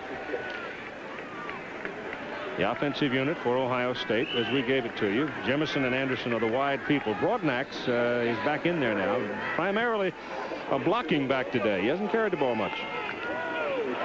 Those are the big people up front, and they've done a very good job. Tomczak on second down and 9 gets his pass away, intended for Byers. Coverage by Scott Case. Pass is incomplete. I'd like to tell the fans that Oklahoma has changed their defensive strategy, Keith. Now they're moving up with their strong safety, getting him involved in the rushes, blitzing the linebackers. On the last time, they brought 6 people and were covering man for man in the secondary. Tomczak is now 8 out of 15 for 149 yards and 2 touchdowns, both of them to John Frank, the tight end. What we're saying is they're defense trying to make something happen rather than play catch. Here they come with a blitz. 3rd and 9. A little pass is dumped off to Lindsey, gets some blocking on the corner, breaks it big for a first down. Well, it blew up in their face that time, as Ohio State had exactly the right play called under that kind of pressure. You couldn't have timed the play any better. The blitz is coming. It's a quick screen to the tailback. You don't have to really block a soul because Tomczak is retreating. You can see that everybody was caught inside. Lindsey, number 20, gets a good block on Rockford and keeps the ball right on down for the big play. At the Oklahoma 25, first down for the Buckeyes. Roman Bates is now in at tailback, so they're using 3 people at that spot today. Tomczak still has it. Penalty flag is thrown. Pass is incomplete, intended for John Frank, the tight end, and I think Ohio State might get dinged right here for holding.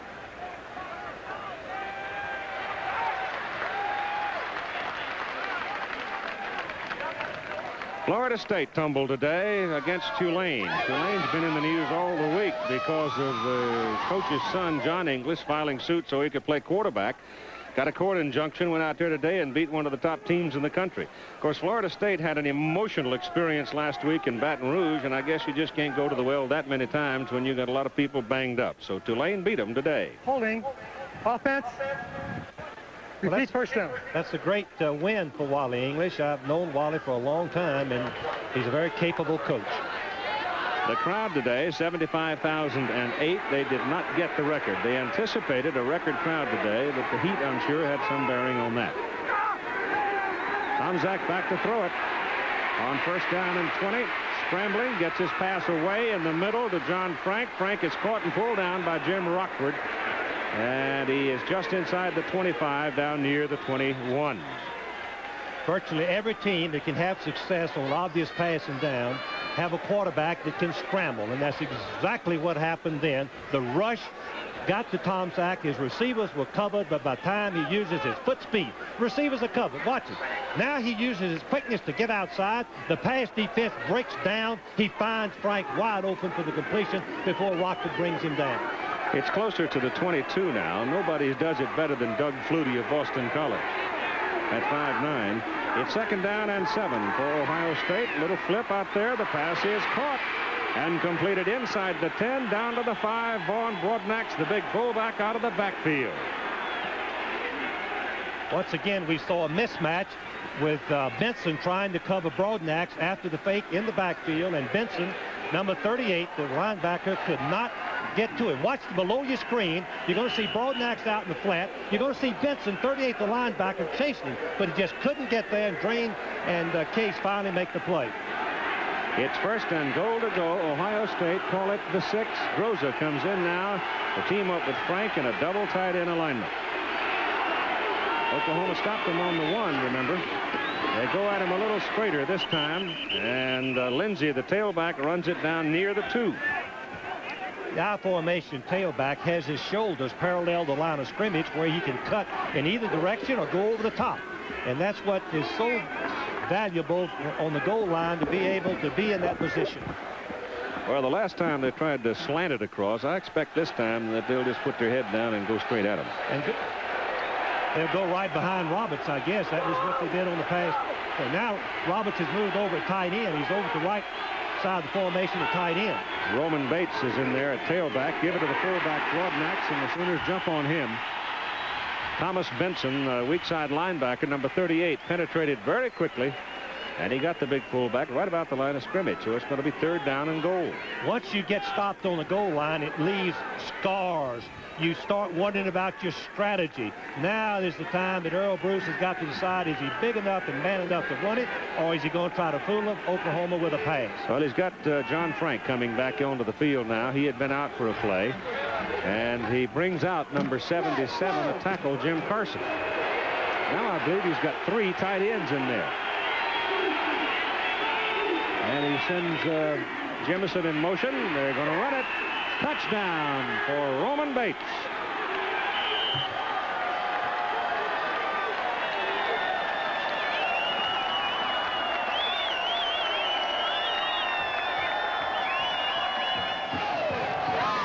And Oklahoma has a problem. A big problem, because their defense is completely outmanned, Keith. And you can see it up here that the offensive line of Ohio State is just pushing them back, and the backs are falling for yardage, enough to keep the chains moving. The extra point try, Rich Spangler out of Tom Zach's hole. And it's perfect. So with 8 minutes and 30 seconds to play in the third quarter, the Ohio State Buckeyes now move out to a 21-7 lead over Oklahoma. Across your screen there.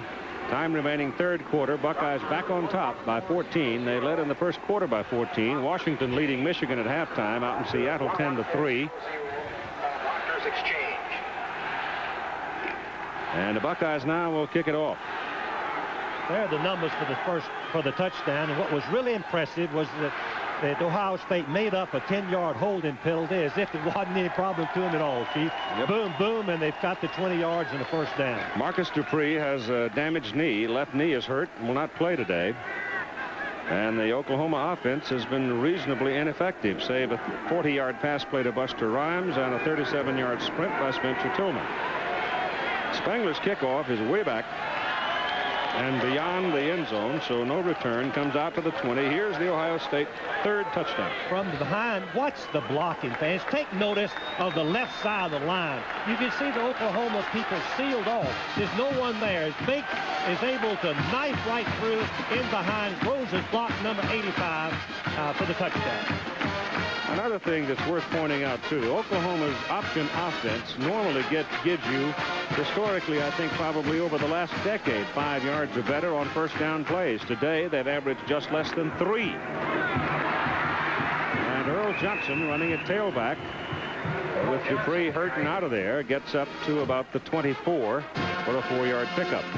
What we're seeing on Ohio State is their defensive backs are supporting the run right at the line of scrimmage on that pass play.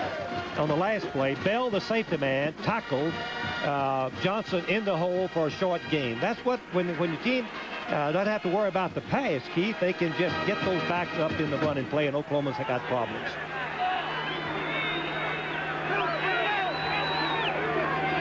Sewell in motion.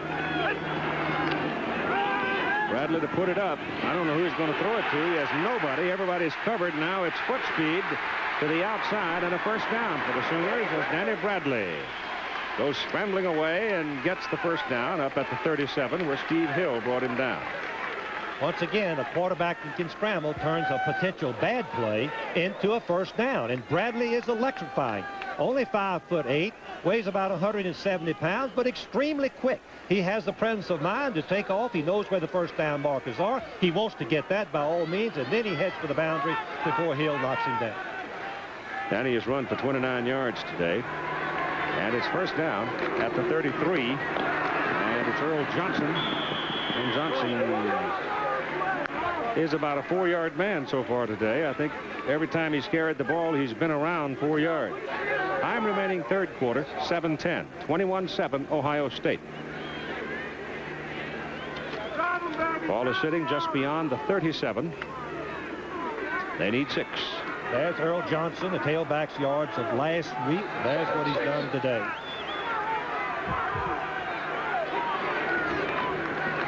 Hands it to Tillman. He's close to the first down. Oh, he gets out of there in a hurry, doesn't he? He's got the first down. Nell's number 54 is really a key man. He's being blocked by Thomas, and you can see that he gets some penetration, but once again, Johnson cuts back, and Nelms misses it. Now watch his reaction.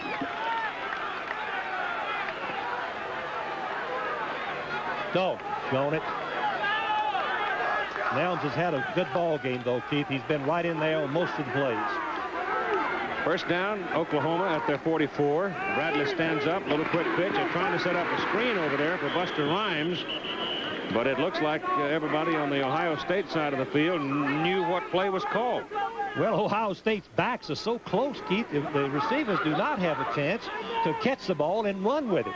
And because Oklahoma is not feared as a passing team, that's the way the team should play them, up close and tight. As we look at Barry Switzer, who has the winningest percentage of any coach in America that has been coaching 10 years. Rhymes now has caught 3 for 54 yards. On 2nd and 8, goes to the air with it. And the intended receiver had fallen down about the time that Bradley released it. Rhymes was out of the play. So it's 3rd down and 8. And ABC's NFL Monday Night Football coming up next Monday. A good one. Just about as good as you could get in the National Football League. The Miami Dolphins and the Los Angeles Raiders. Both of them off well, 2-0. They've had some great ball games in the past. They know how to get after each other. Should be a good one. Bennett and West. 3rd and 8. Bradley back. Caught from behind at the 45. Oklahoma had 2 people downfield on a pass pattern that time.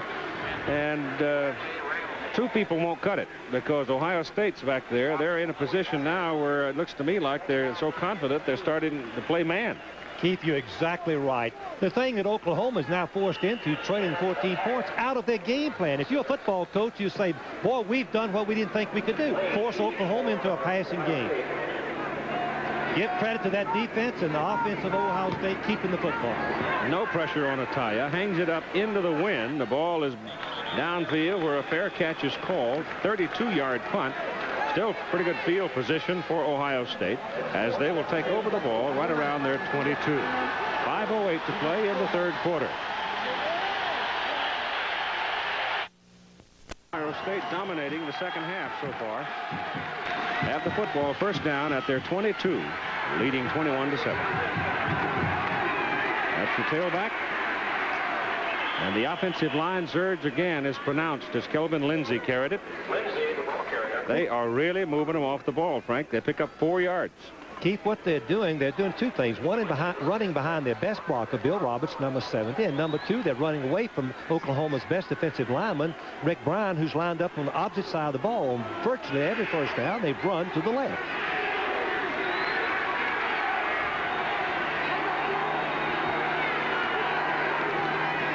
Outside. That's Roman Bates. Thrown out of bounds, but he's got a 1st down. Scott Case finally dragged him out.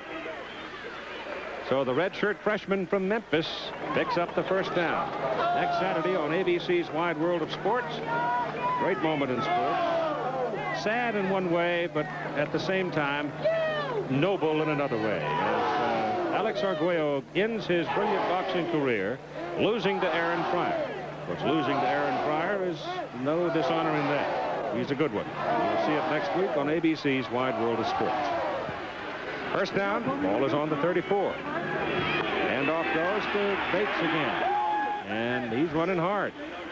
So Earl Bruce getting a lot of mileage out of his tailback spot today. That's the rest of ABC's Wide World of Sports next week.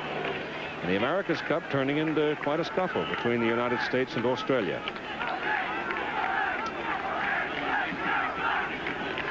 Winds blew him off the water today at Newport, so there was no competition.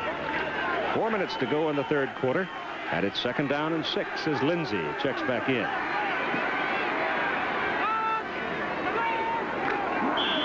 Right side jump.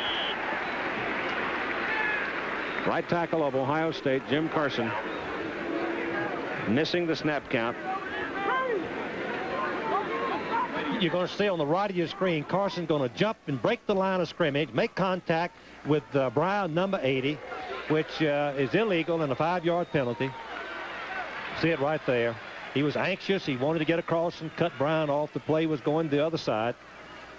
You were talking about him running left all day, Frank. The statistics certainly amplify that. They've carried the ball 35 times Dead ball. on the ground.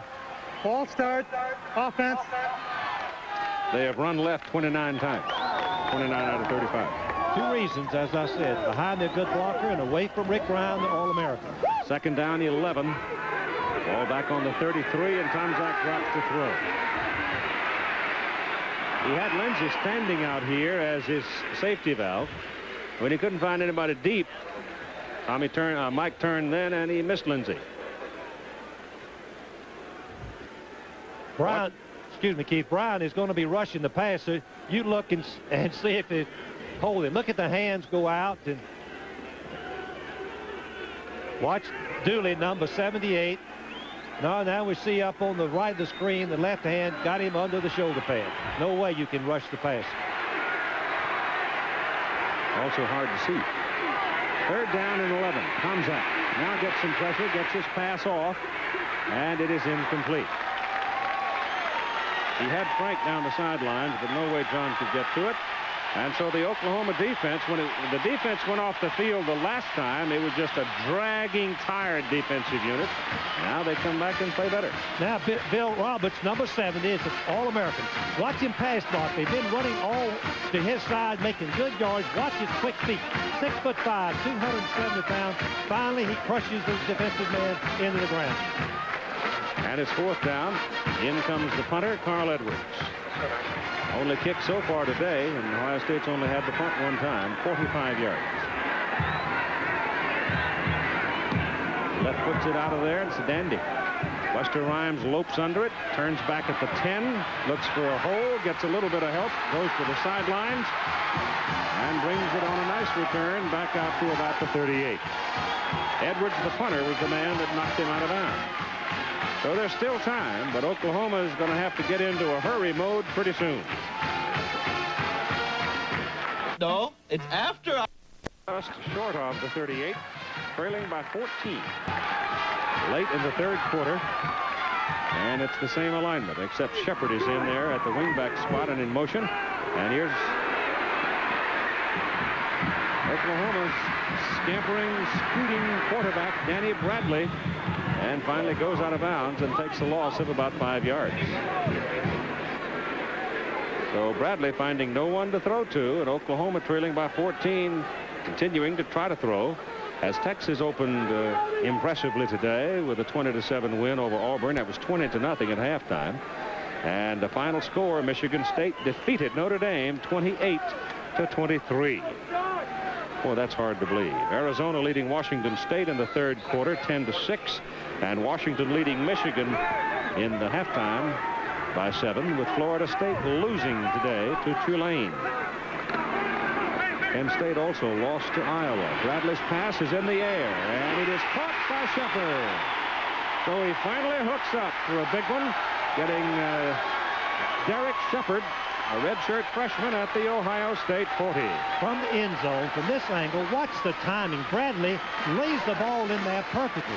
Not known as a passer, but he rifles it and lays it up right in the breadbasket. Watch Shepard go up, cradle the ball in between two Ohio State defenders for the big play. Unusual to see an Oklahoma team forced into this kind of passing circumstance. And this early in the ball game. Yes, sir. Down the line on the option. Out it goes to Johnson. And Johnson is belted out of bounds at the 35. Looking at some other scores, North Carolina continues impressive. Dick Crum, he's an impressive fellow. Kentucky is now 3-0 in the second year under Jerry Claiborne after going winless last year. Georgia and Clemson finished in a 16-all tie at Death Valley. And Iowa beat Penn State 42-34. That was at Penn State. By those scores, things are evening out quite a bit. Wisconsin a winner by a point. Alabama a winner by 40. Parity, Frank. Second down and 7. Oh, my goodness. Oh, would you believe that?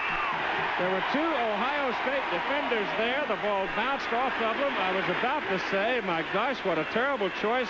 He almost threw the ball away, and it ricochets right into the hands of the receiver. You're going to see Tatum and Gale coming to cover the ball. No, excuse me, Lane, number 12, deflects it, and then number 5, Johnson catches it.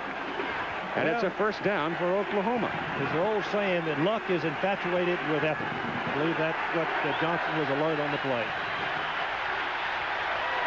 That's heavy. From the 27, Johnson again bounces off 1 and gets inside the 25. Johnson runs straight up. He's not a leaner. Bigger target that way, too. South Carolina beating Duke today. Joe Morrison getting a win. Oh, no! And Dartmouth, Joe Yukika Ball Club beating Princeton. And Brown edging Yale. Johnny Anderson beating Carmen Koza. Oh, was that? Did Columbia win? 14-13 when Basapasa missed it. Wyoming back on top over the Air Force. That'll be a considerable upset right there. Keith, we've got something wrong with the clock, I believe. Look at that, Frank. 14-13, Columbia beat Harvard. No, it's 43. 43. Oh, 43. I see. Okay, I was going to say, that'll get your attention. Well, they're having a little clock trouble. It's showing 2:33 right now. And Roland Tatum is down and hurt again for Ohio State. On the bench where the trainer's talking to him now. Ohio State sitting on a 14-point lead. 2nd down and 7 for Oklahoma. Handoff to Spencer Tillman, the fullback, out of the wishbone, and it booms down close to the 20. Make it the 21. He's going to be 3 yards short of the first down. 3rd down and 3. Ohio State's 3 defensive linemen, I think, Keith, deserve a great deal of credit in slowing down the Oklahoma offensive game inside. That's Preselius, Nelms, and Morrow have held up pretty darn good for them. Yeah, I would say this ball game has been decided in the trenches. Very definitely. Ohio State has had the upper hand on both sides of the football. They go outside with it, and it doesn't work. They try to give it to Johnson. Merrill Johnson cannot get outside as Garcia Lane read it and made the play. So it's 4th down and about 5. Got to score a touchdown. I heard Barry Switzer say you got to score a touchdown. So that means they're going. Garcia Lane made an outstanding play. He read the play perfectly, and he blitzed, and he got Johnson. Watch from the left of your screen. A cornerback makes this play. Johnson thinks he can get outside the end, but there's number 12, the cornerback, 5 yards in the backfield, and he makes the tackle on Johnson. 4th and 5.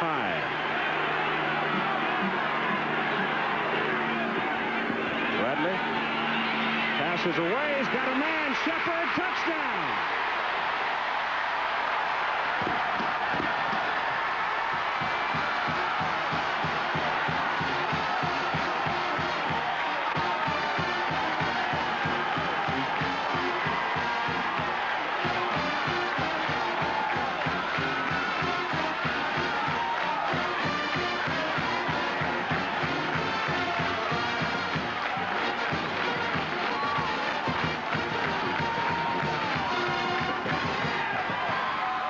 And you got a ball game again. 1 minute and 1 second to go in the 3rd quarter. 22-yard pass play. David Culver for the extra point. It's very important, and it's good.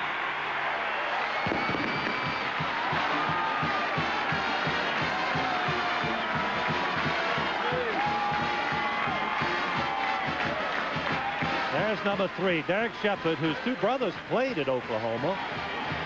One of them made the big play when Oklahoma beat Nebraska 3 or 4 years ago. Darrell, the second one, played the last 2 years. Watch Bradley's poise. Remember, Bradley is just a junior, having played only a few plays as a freshman and sophomore. Watch the poise. He times the ball perfectly. Shepard is coming across. Man-for-man coverage in the secondary, and Shepard had gotten free from the defender, and he goes in for the touchdown. Let me correct myself. It was Tim Lasher who kicked the extra point, not Culver. Here is Shepard, number 3. Remember, Ohio State is playing man-for-man, and if you give the quarterback time, it's difficult to cover anybody for this long, excessive time. Number 37, Lowry is trying to cover him. You can see how wide open he is, and it's a touchdown.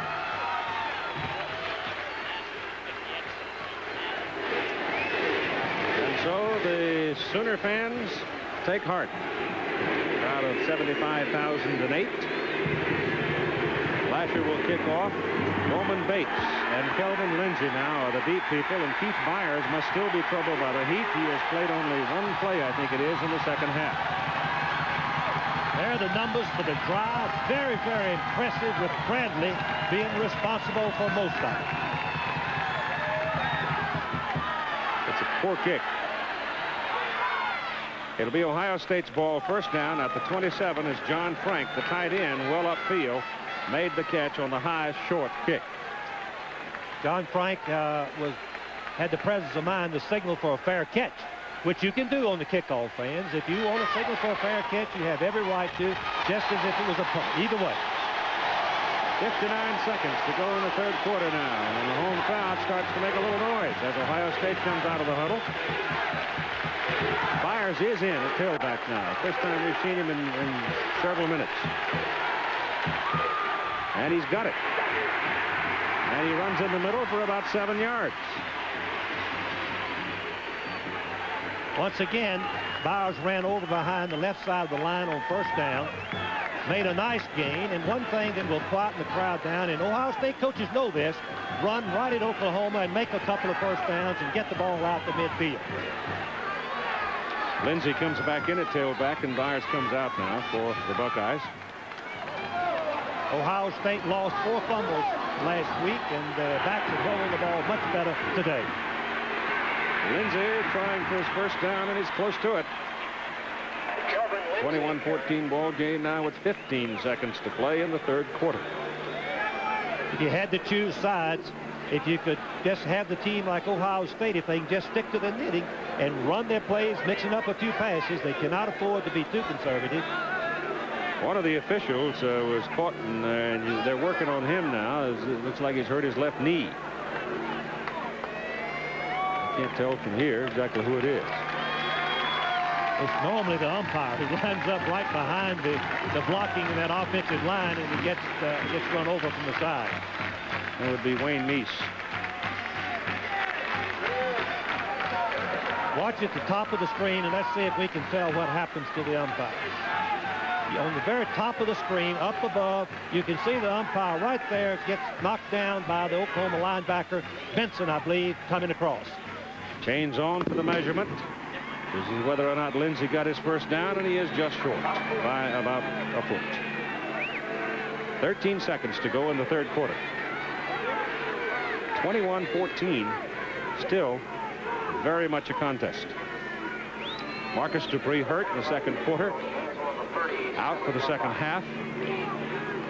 Oklahoma lost Eric Pope, their starting right guard.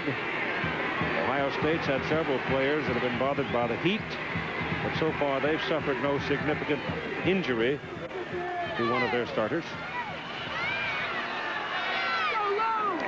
Ohio State has been very impressive. If you just joined us, they've been very impressive, moving the ball on the ground, mixing up passes to their quarterback, Tom Sack. Clock runs out. Third quarter is over.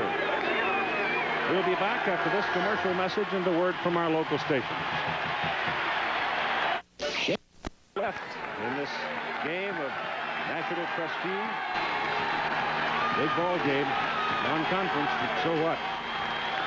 Ohio State leading 21-14, and third down, the ball at their 37. They needed just the length of the football for the first down, and it would appear they're close. It would appear they've got it. They do. Offensive line got a good surge, and Tom Sack was able to come. As we look at the stats, Ohio State continues to impress. They're keeping the Oklahoma State's defense off balance. 139 yards rushing, 191 passing, total for 330. One turnover apiece. Ohio State capitalizing on Oklahoma's, and Oklahoma did not capitalize on the interception. On first down, Lindsey, the tailback, slants it over the left side, just running power.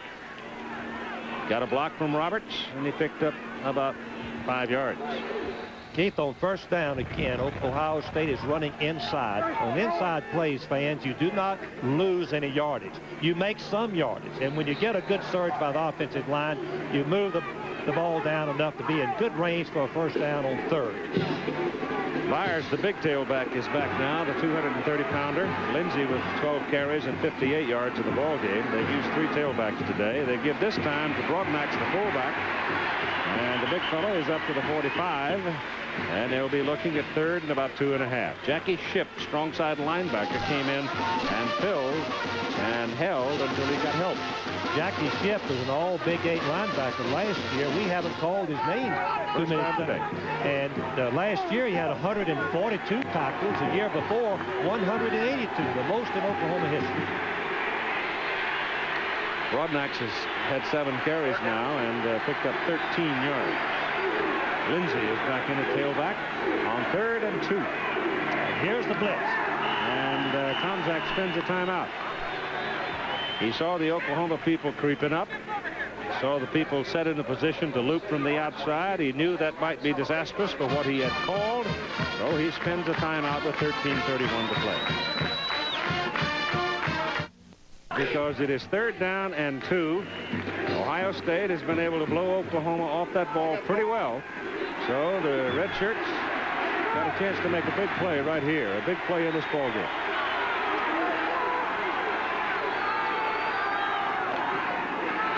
Lindsey, he's close.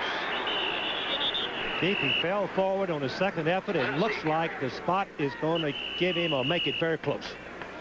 Thomas Benson, weak side linebacker, was the first there.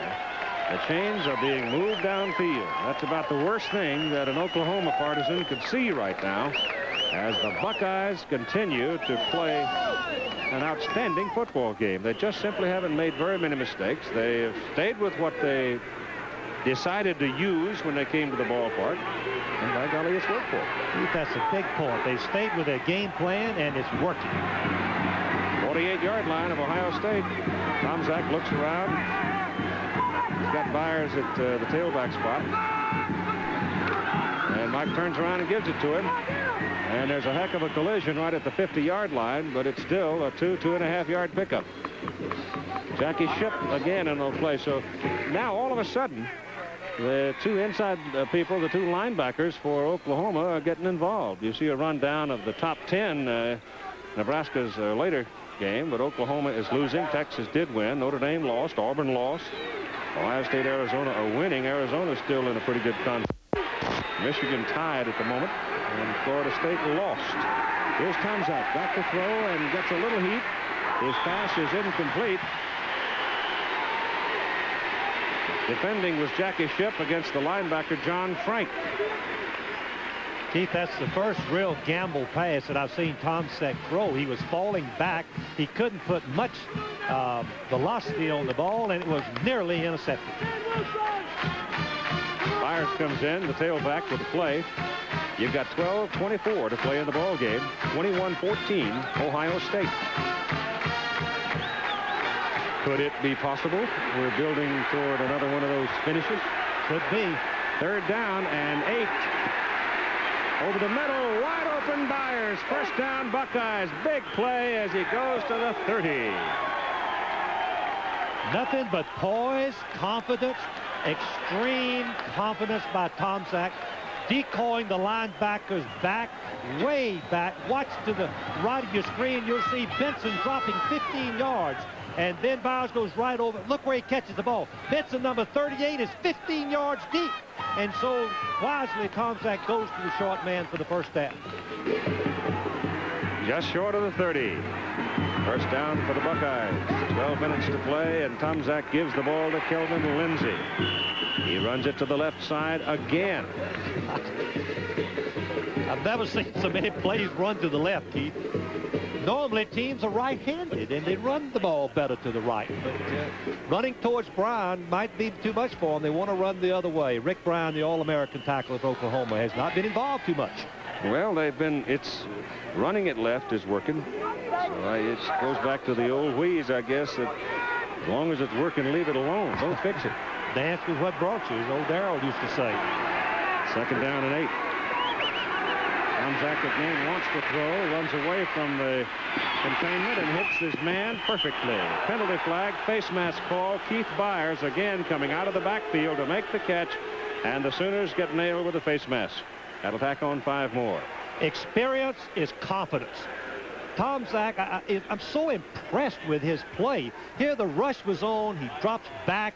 The receivers are covered. He waits to the back that he fakes to, gets out and into the flat, and then he gets the ball right to him, even though he threw it off balance. What a great play. And a critical play at a critical time for Oklahoma's chances. Buckeyes stick it in the end zone here. Bill Roberts, number 70 again, just having an outstanding game, blocking on number 98, Wilson. Roberts, number 70, stay with him, keep your feet, latch on to him. Look at that. That's the reason he's preseason All-American. number 70, Bill Robinson. You like him, don't you? I sure do. I watched him some film, and I tell you, he's some football player. I would agree. At the 18, first down for Ohio State. Oklahoma's 18, and that's Jimison in motion. Tomczak hands it off to Kelvin Lindsey, bounces off tackle, bounces back inside after the collision, and he's down about the 6 and has another Ohio State first down. They mark him back up near the 8 now, but it still looks like a first down. Once again, when a team gets to moving the ball on offense, running inside, you begin to wear down the opponents, and the yards begin to pick up. Distances, the plays, but 3 yards become 5. On that last one was great blocking, and Lindsey went all the way for a 10-yard gain. Oklahoma's defensive tired, Keith. They've been out there most of the ball game. They're dragging. They're absolutely dragging. Well, they don't give him the first down. Yeah, yes, they do. They marked him just far enough downfield. He ran into an Oklahoma defender, and after the sort of ricocheted back into the middle and bounced downfield just far enough. Listen to this statistic, fans. Ohio State has run to the left 35 times and 9 to the right. Is that a trend? And the reason that they do that is running behind their best blocker and also away from Oklahoma State, Oklahoma's best defensive player, Rick Ryan. First and goal from the 8. That's Myers pounding up the middle, and he crosses the 5. You inadvertently said Oklahoma State, which gives me a chance to pop one for an old pal in Cincinnati. Cincinnati opening their season with a 14-3 victory over Penn State last week. And Oklahoma State is at Cincinnati tonight. They're all sold out. And Mike McGee, the athletic director of Cincinnati, is dancing on the street corner. Well, he chose one of the great young football coaches in America, Watson Brown. And, of course, Jimmy Johnson is an old Arkansas graduate. We think he's a good one, too. Tomczak forced back inside. He was trying to run the option play. Oklahoma would not let him do it. Number 21, Brian Hall, the left corner, had penetrated and stepped into the backfield. And Tomczak goes down right at the 5. He lost about a half a yard. In this position, Oklahoma had no choice to play what the coaches call guts defense, meaning that you give them the pass, you bring in 11 people, and if they throw it, they're going to hit it for a touchdown. They didn't, and they made the play for a loss. Time remaining, 9.5 minutes. Oklahoma held Ohio State the first half on the 1. Tomczak wants to put it up. He gets it away. It's high, and it is incomplete. Caught out of bounds. And the man who was bedeviling the quarterback was Kevin Murphy, number 39, a defensive end. He just kept coming and coming and coming, and Mike couldn't get away from it. From the right of you, top of your screen, Murphy was all conference last year as a sophomore. He is a relentless pass rusher. You can see that he forced the bad throw, and obviously I believe that Tomczak was trying to get the ball out of bounds. So it brings up the 4th down play, and Rich Spangler is in now for a field goal try of 22 yards from the right side.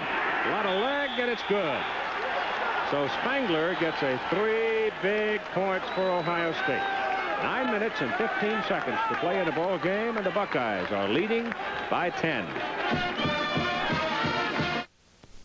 Frank, here in the final quarter, Oklahoma in that last possession had the ball for 6 minutes and 45 seconds.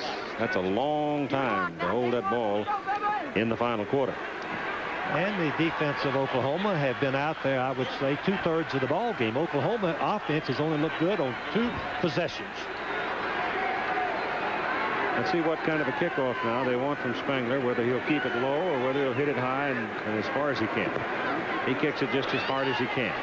That's Buster Rhymes back at the goal line and mess around with it back there, and now he's got to put it down. So a little confusion between Rhymes and Earl Johnson, and 20-yard line for Oklahoma. For us, Jim Lampley.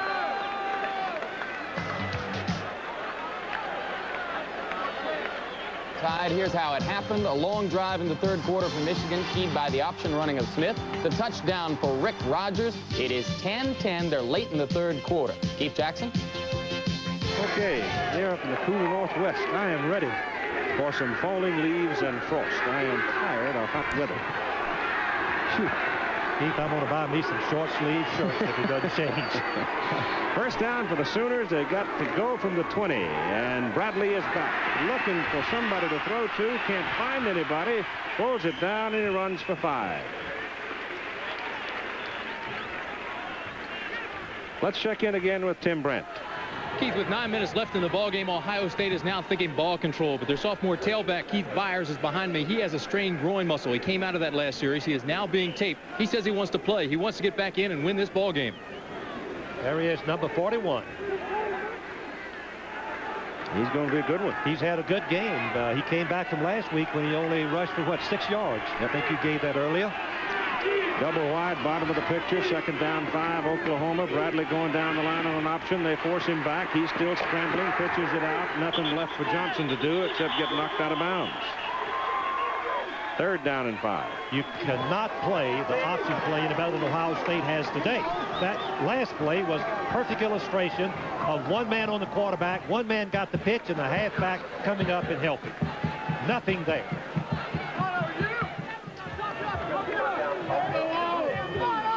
In the days when we played Darrell Royal's wishbone teams and watched Alabama play, if they couldn't run the ball up the middle, the outside option play is ineffective. That's what we've seen today. Derek Shepard comes wide to the bottom of the picture. Third, 4.5. Bradley back to throw. Has some time, gets it away. Good to Shepard. Shepard gets one block. He may go, but Garcia Lane gets away. Buster Rhymes had a chance to level Lane. If Rhymes knocked him on his back, Shepard scores, but Rhymes couldn't get to Lane. Go back to the same play they scored on. Little fake of the bootleg, and Shepard is coming across the middle, and the ball is right on the target, over the linebacker. Watch Rhymes to the right. As Keith Mitchell had a chance to block number 12 Lane, you couldn't do it. Otherwise, it would have been a touchdown. But it is a first down for Oklahoma at the Ohio State 38. And no one is covering Shepard. They're in a zone defense, meaning the linebackers have got to get back and cover that, and it was too deep for him. Shepard has caught 3 passes now for 85 yards. They take it inside. And boy, there's a heck of a collision. But Tony Giuliani runs into Earl Johnson. You're exactly right. He ran into him. Johnson went right back to his own goal line. That's unusual.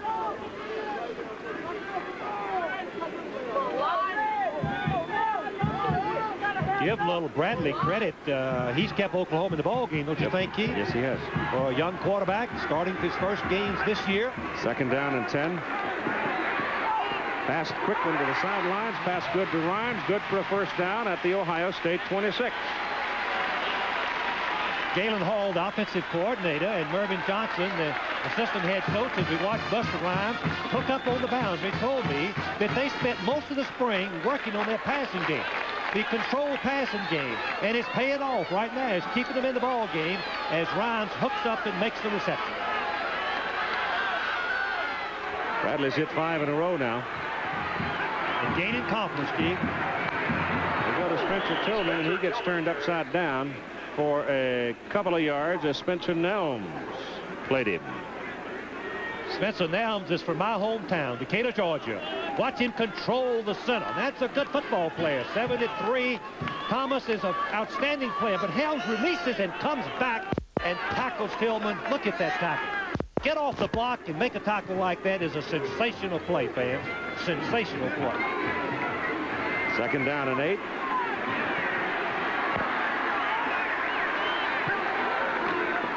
Earl Johnson, number 97 for Ohio State, Dave Crecilius. And it was a perfect example of a defensive lineman and that old word leverage. He had himself fully extended, and running into him was like running into a tree trunk. When you get your hands on the offensive blocker, you control him, and that's what Crecilius did. He controlled the blocker, as Keith said, kept his feet free. Then he can escape the block and make the play. Oklahoma's in trouble again, 3rd and long. 3rd and 6. Sewell comes way wide out of the picture. Here's the blitz, Keith. Passes away. Rhymes had it. Bradley delivered it exactly where he wanted to put it, but Kelvin Bell, the other number 4, belted the ball loose from Rhymes. You have to throw the ball quick when the blitz is on. You know you don't have time, and the ball is right there, but the safety man Bell comes up and knocks Rhymes loose from the ball. That's what you have to do. You cannot play in front of it. Pretty close to a fumble. Which would have been, you mean you had control of it, then knocked him loose. Yeah. Fourth down. Last time on fourth down, Bradley came through and hit Shepard for the touchdown. 23-yard line of Ohio State. Passes away, passes deflected, knocked down by number 17, Clark Backus, an inside linebacker. And Johnson was wide open. Had Bradley seen Johnson, watch to the right of his screen and see if he can pick it up on this shot. Watch how wide open Johnson is to the right. If he can see it, to go a little bit further, you'll see him out here all by himself. Look at him, just standing for the ball, crying for it, but Bradley didn't see it. What might have been 5:40 to play in the game. Just outside their own 22 with just 5 minutes and 40 seconds remaining to play in this ball game in Norman, Oklahoma. And they lead by 10 points. Now Mr. Mike Tomczak.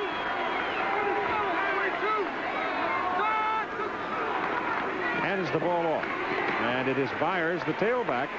They wrapped him, and he's back in there, and the 230-pounder is pounded away. Big gain on that play of 5 yards. Keith mentioned earlier, but I think it's worth mentioning again that Byers carried the ball 5 times last week for 4 yards and lost 2 fumbles. Today, he's 14 for 52 and no fumbles. Dramatic change and improvement.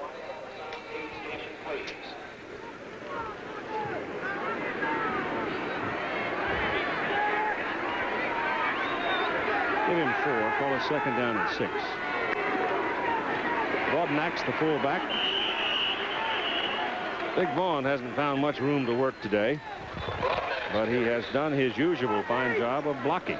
Keith, that's a good point that we hadn't mentioned before, because on most of the plays where the tailbacks have made yardage, Broadnax has to make the key block, either on an end, a tackle, or a linebacker, and I'm sure he's got a headache when after this ball game, because he's been in there on virtually every down. See that Michigan has scored in the third quarter. The Wolverines moving out to a 7-point lead over the Washington Huskies. It is third down and about 5. Tomczak throws for John Frank. And Big John has it out of bounds up around the 47, and an Ohio State first down. I hate to keep repeating, but poise. Watch the execution by Tomczak. He stands there, the man-for-man coverage. Frank is not open at first, but his vision, good peripheral vision. Then look at the throw. Right where he just with tissue paper on it, where Frank could catch it at belt high and cradle it in and get out of bounds. He's knocked out of bounds. Frank has caught 7 passes for 108 yards. And 2 touchdowns. And 2 TDs. There are the numbers for Mike Tomczak. He's on the verge of being one of the great quarterbacks in this country in college football. Penalty flag down as Lindsey cuts it upfield and crosses midfield, but let's see about the penalty.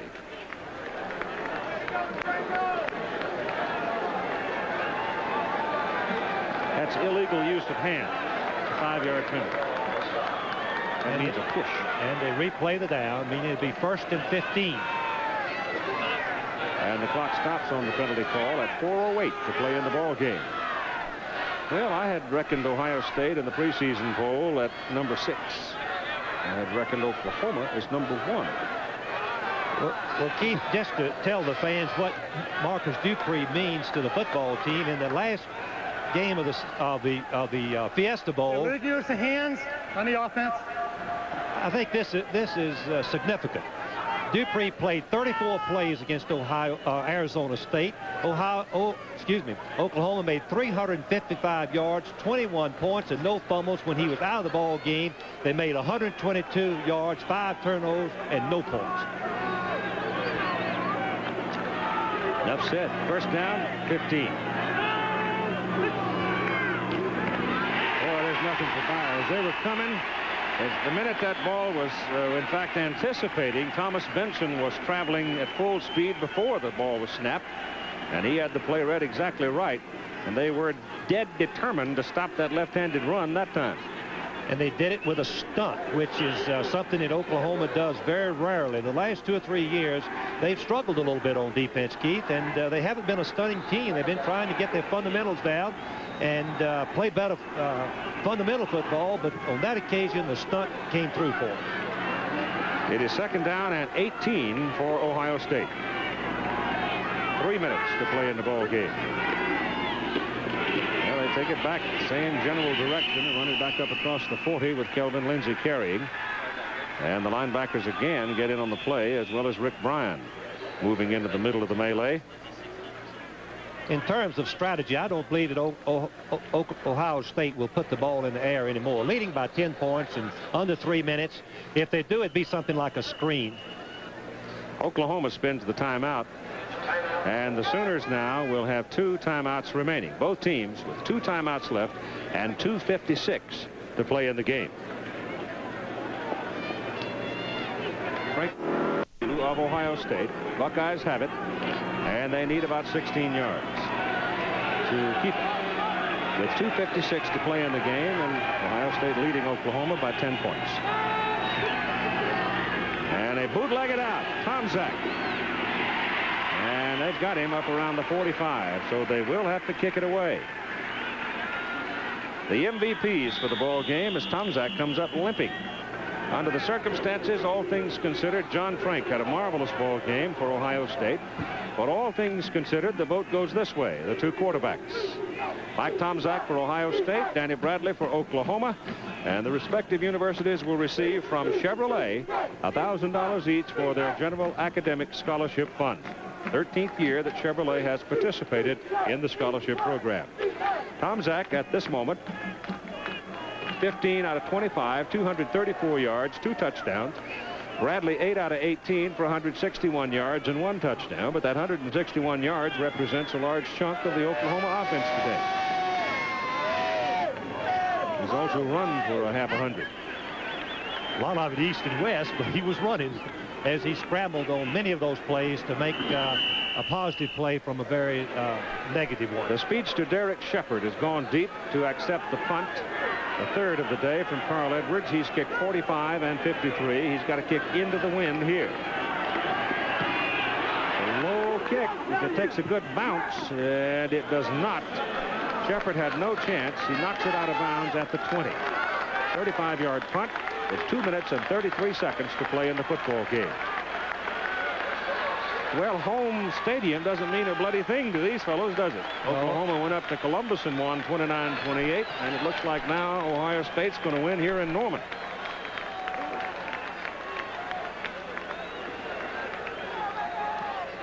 The Ohio State team has been superbly prepared for this ball game. Their play selection has been outstanding. Anybody who's tried to call plays would recognize that immediately.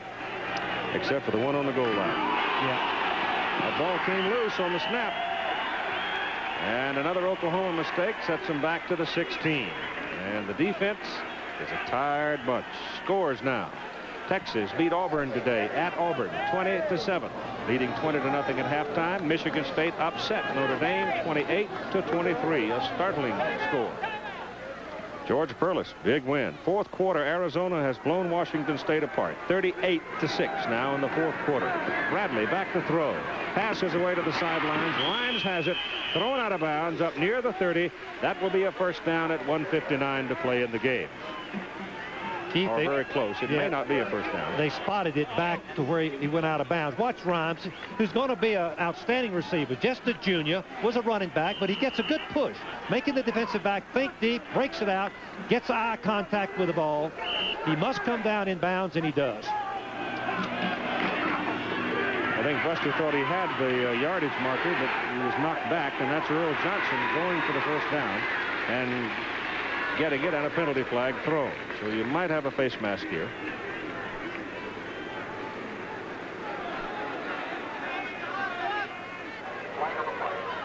That's what it is. They'll tack on 5 on that with 1:43 to play in the ball game.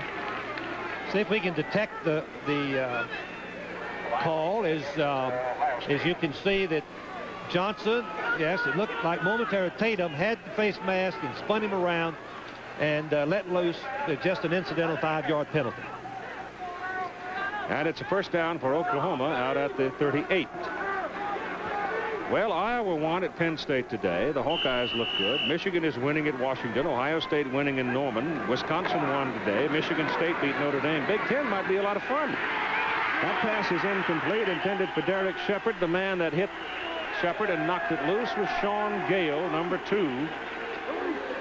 And that's Tatum, number 32. And Rowland has been slow getting up quite a few times, but the man who is still not up is the receiver, intended receiver, Shepard. Now he comes up. Florida State was a loser today to Tulane by 6 points, 34-28. And North Carolina rolled along. They'll inch up in the national polls, I'm sure. There's the Iowa-Penn State score. They had quite a battle, but the Hawkeyes got away with it. And Georgia, Clemson, even in Death Valley. Second down and 10. Johnson, the tailback. Bradley back to throw it. Minute and a half to play. Penalty flags are down. I think you got a holding call coming up against Oklahoma. Pass is thrown downfield. The pass is complete downfield to Darren Berryhill. First chance he'd had at the ball all day, but let's go back upfield for the penalty flag. There are 2 penalty flags. The last one being that Bradley was across the line of scrimmage when he finally threw the ball, and that's a 5-yard penalty and loss of down. If the other penalty was holding, would be 5 yards, and illegal use of the hands would be 5 yards. And yeah, that's the one they're going to take, I'm sure, because it's loss of down, Keith. Defensive captain coming across. That's Clark Backus out of Maitland, Florida. Wisconsin beat Missouri today by a point. Look out for the Badgers. They're not a gimme in the Big Ten. Alabama was impressive, 40-0. And Kentucky goes 3-0, beating Indiana. And Kentucky did not win a football game. Holding here, decline. Illegal forward pass here, loss of down. Third down. That's the one they accept, as Frank said, because they want the loss of down. And 1:24 to go in the ball game. Ivy League scores there. I saw that earlier, and I thought it was a 13, and I almost said, whoopee, Columbia won a game, but not so. Wyoming upset the Air Force today, 14-7. Colorado won a ball game today. Buffaloed Colorado State pretty well. And California finally edging ahead of San Jose State after losing last week to San Diego State. Loss of down. It's now 3rd and 14. Third down at about 14 yards for Oklahoma. Very tough to complete anything but short passes. Ohio State's linebackers 5 yards deep. Safety is very deep. Right now, no pressure. The pass is thrown to the sidelines, and the pass is incomplete. And I'll tell you that Garcia Lane did a hammer job on Derek Shepard. Keith, I think it's appropriate to give credit to the defensive backs of Ohio State. This group of backs have been starters for the last 2 years. This is their 3rd year as Shepard tries to get the ball his own target, but watch Lane hit it after the ball gets there, knocks it loose for an incomplete. Again, in case you joined us late, Marcus Dupree suffered an injury to his left knee in the first half, second quarter of play, and was not a factor after carrying the ball 6 times for 31 yards. It's 4th down and 14. Down the sidelines, intended for Earl Johnson, and thrown out of bounds.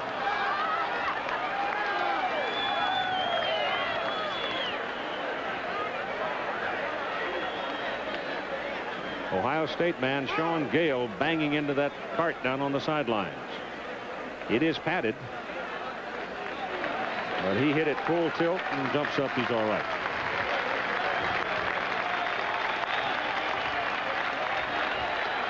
Well, Ohio State will get a lot of momentum from their play in this football game. They look very, very impressive. The coaches have got to be pleased, both offensively and defensively, Keith. That was the 4th down play for Oklahoma, obviously, so Ohio State now only has to run out the clock. The Sooners have 1 timeout remaining. They stop the clock 1 time.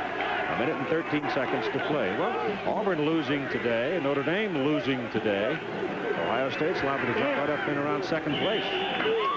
They very well could, and they would get my vote. I've been extremely impressed, and I give credit to the staff for getting their tailbacks all fired up. After the mistakes that they made last week, they've played an excellent football game.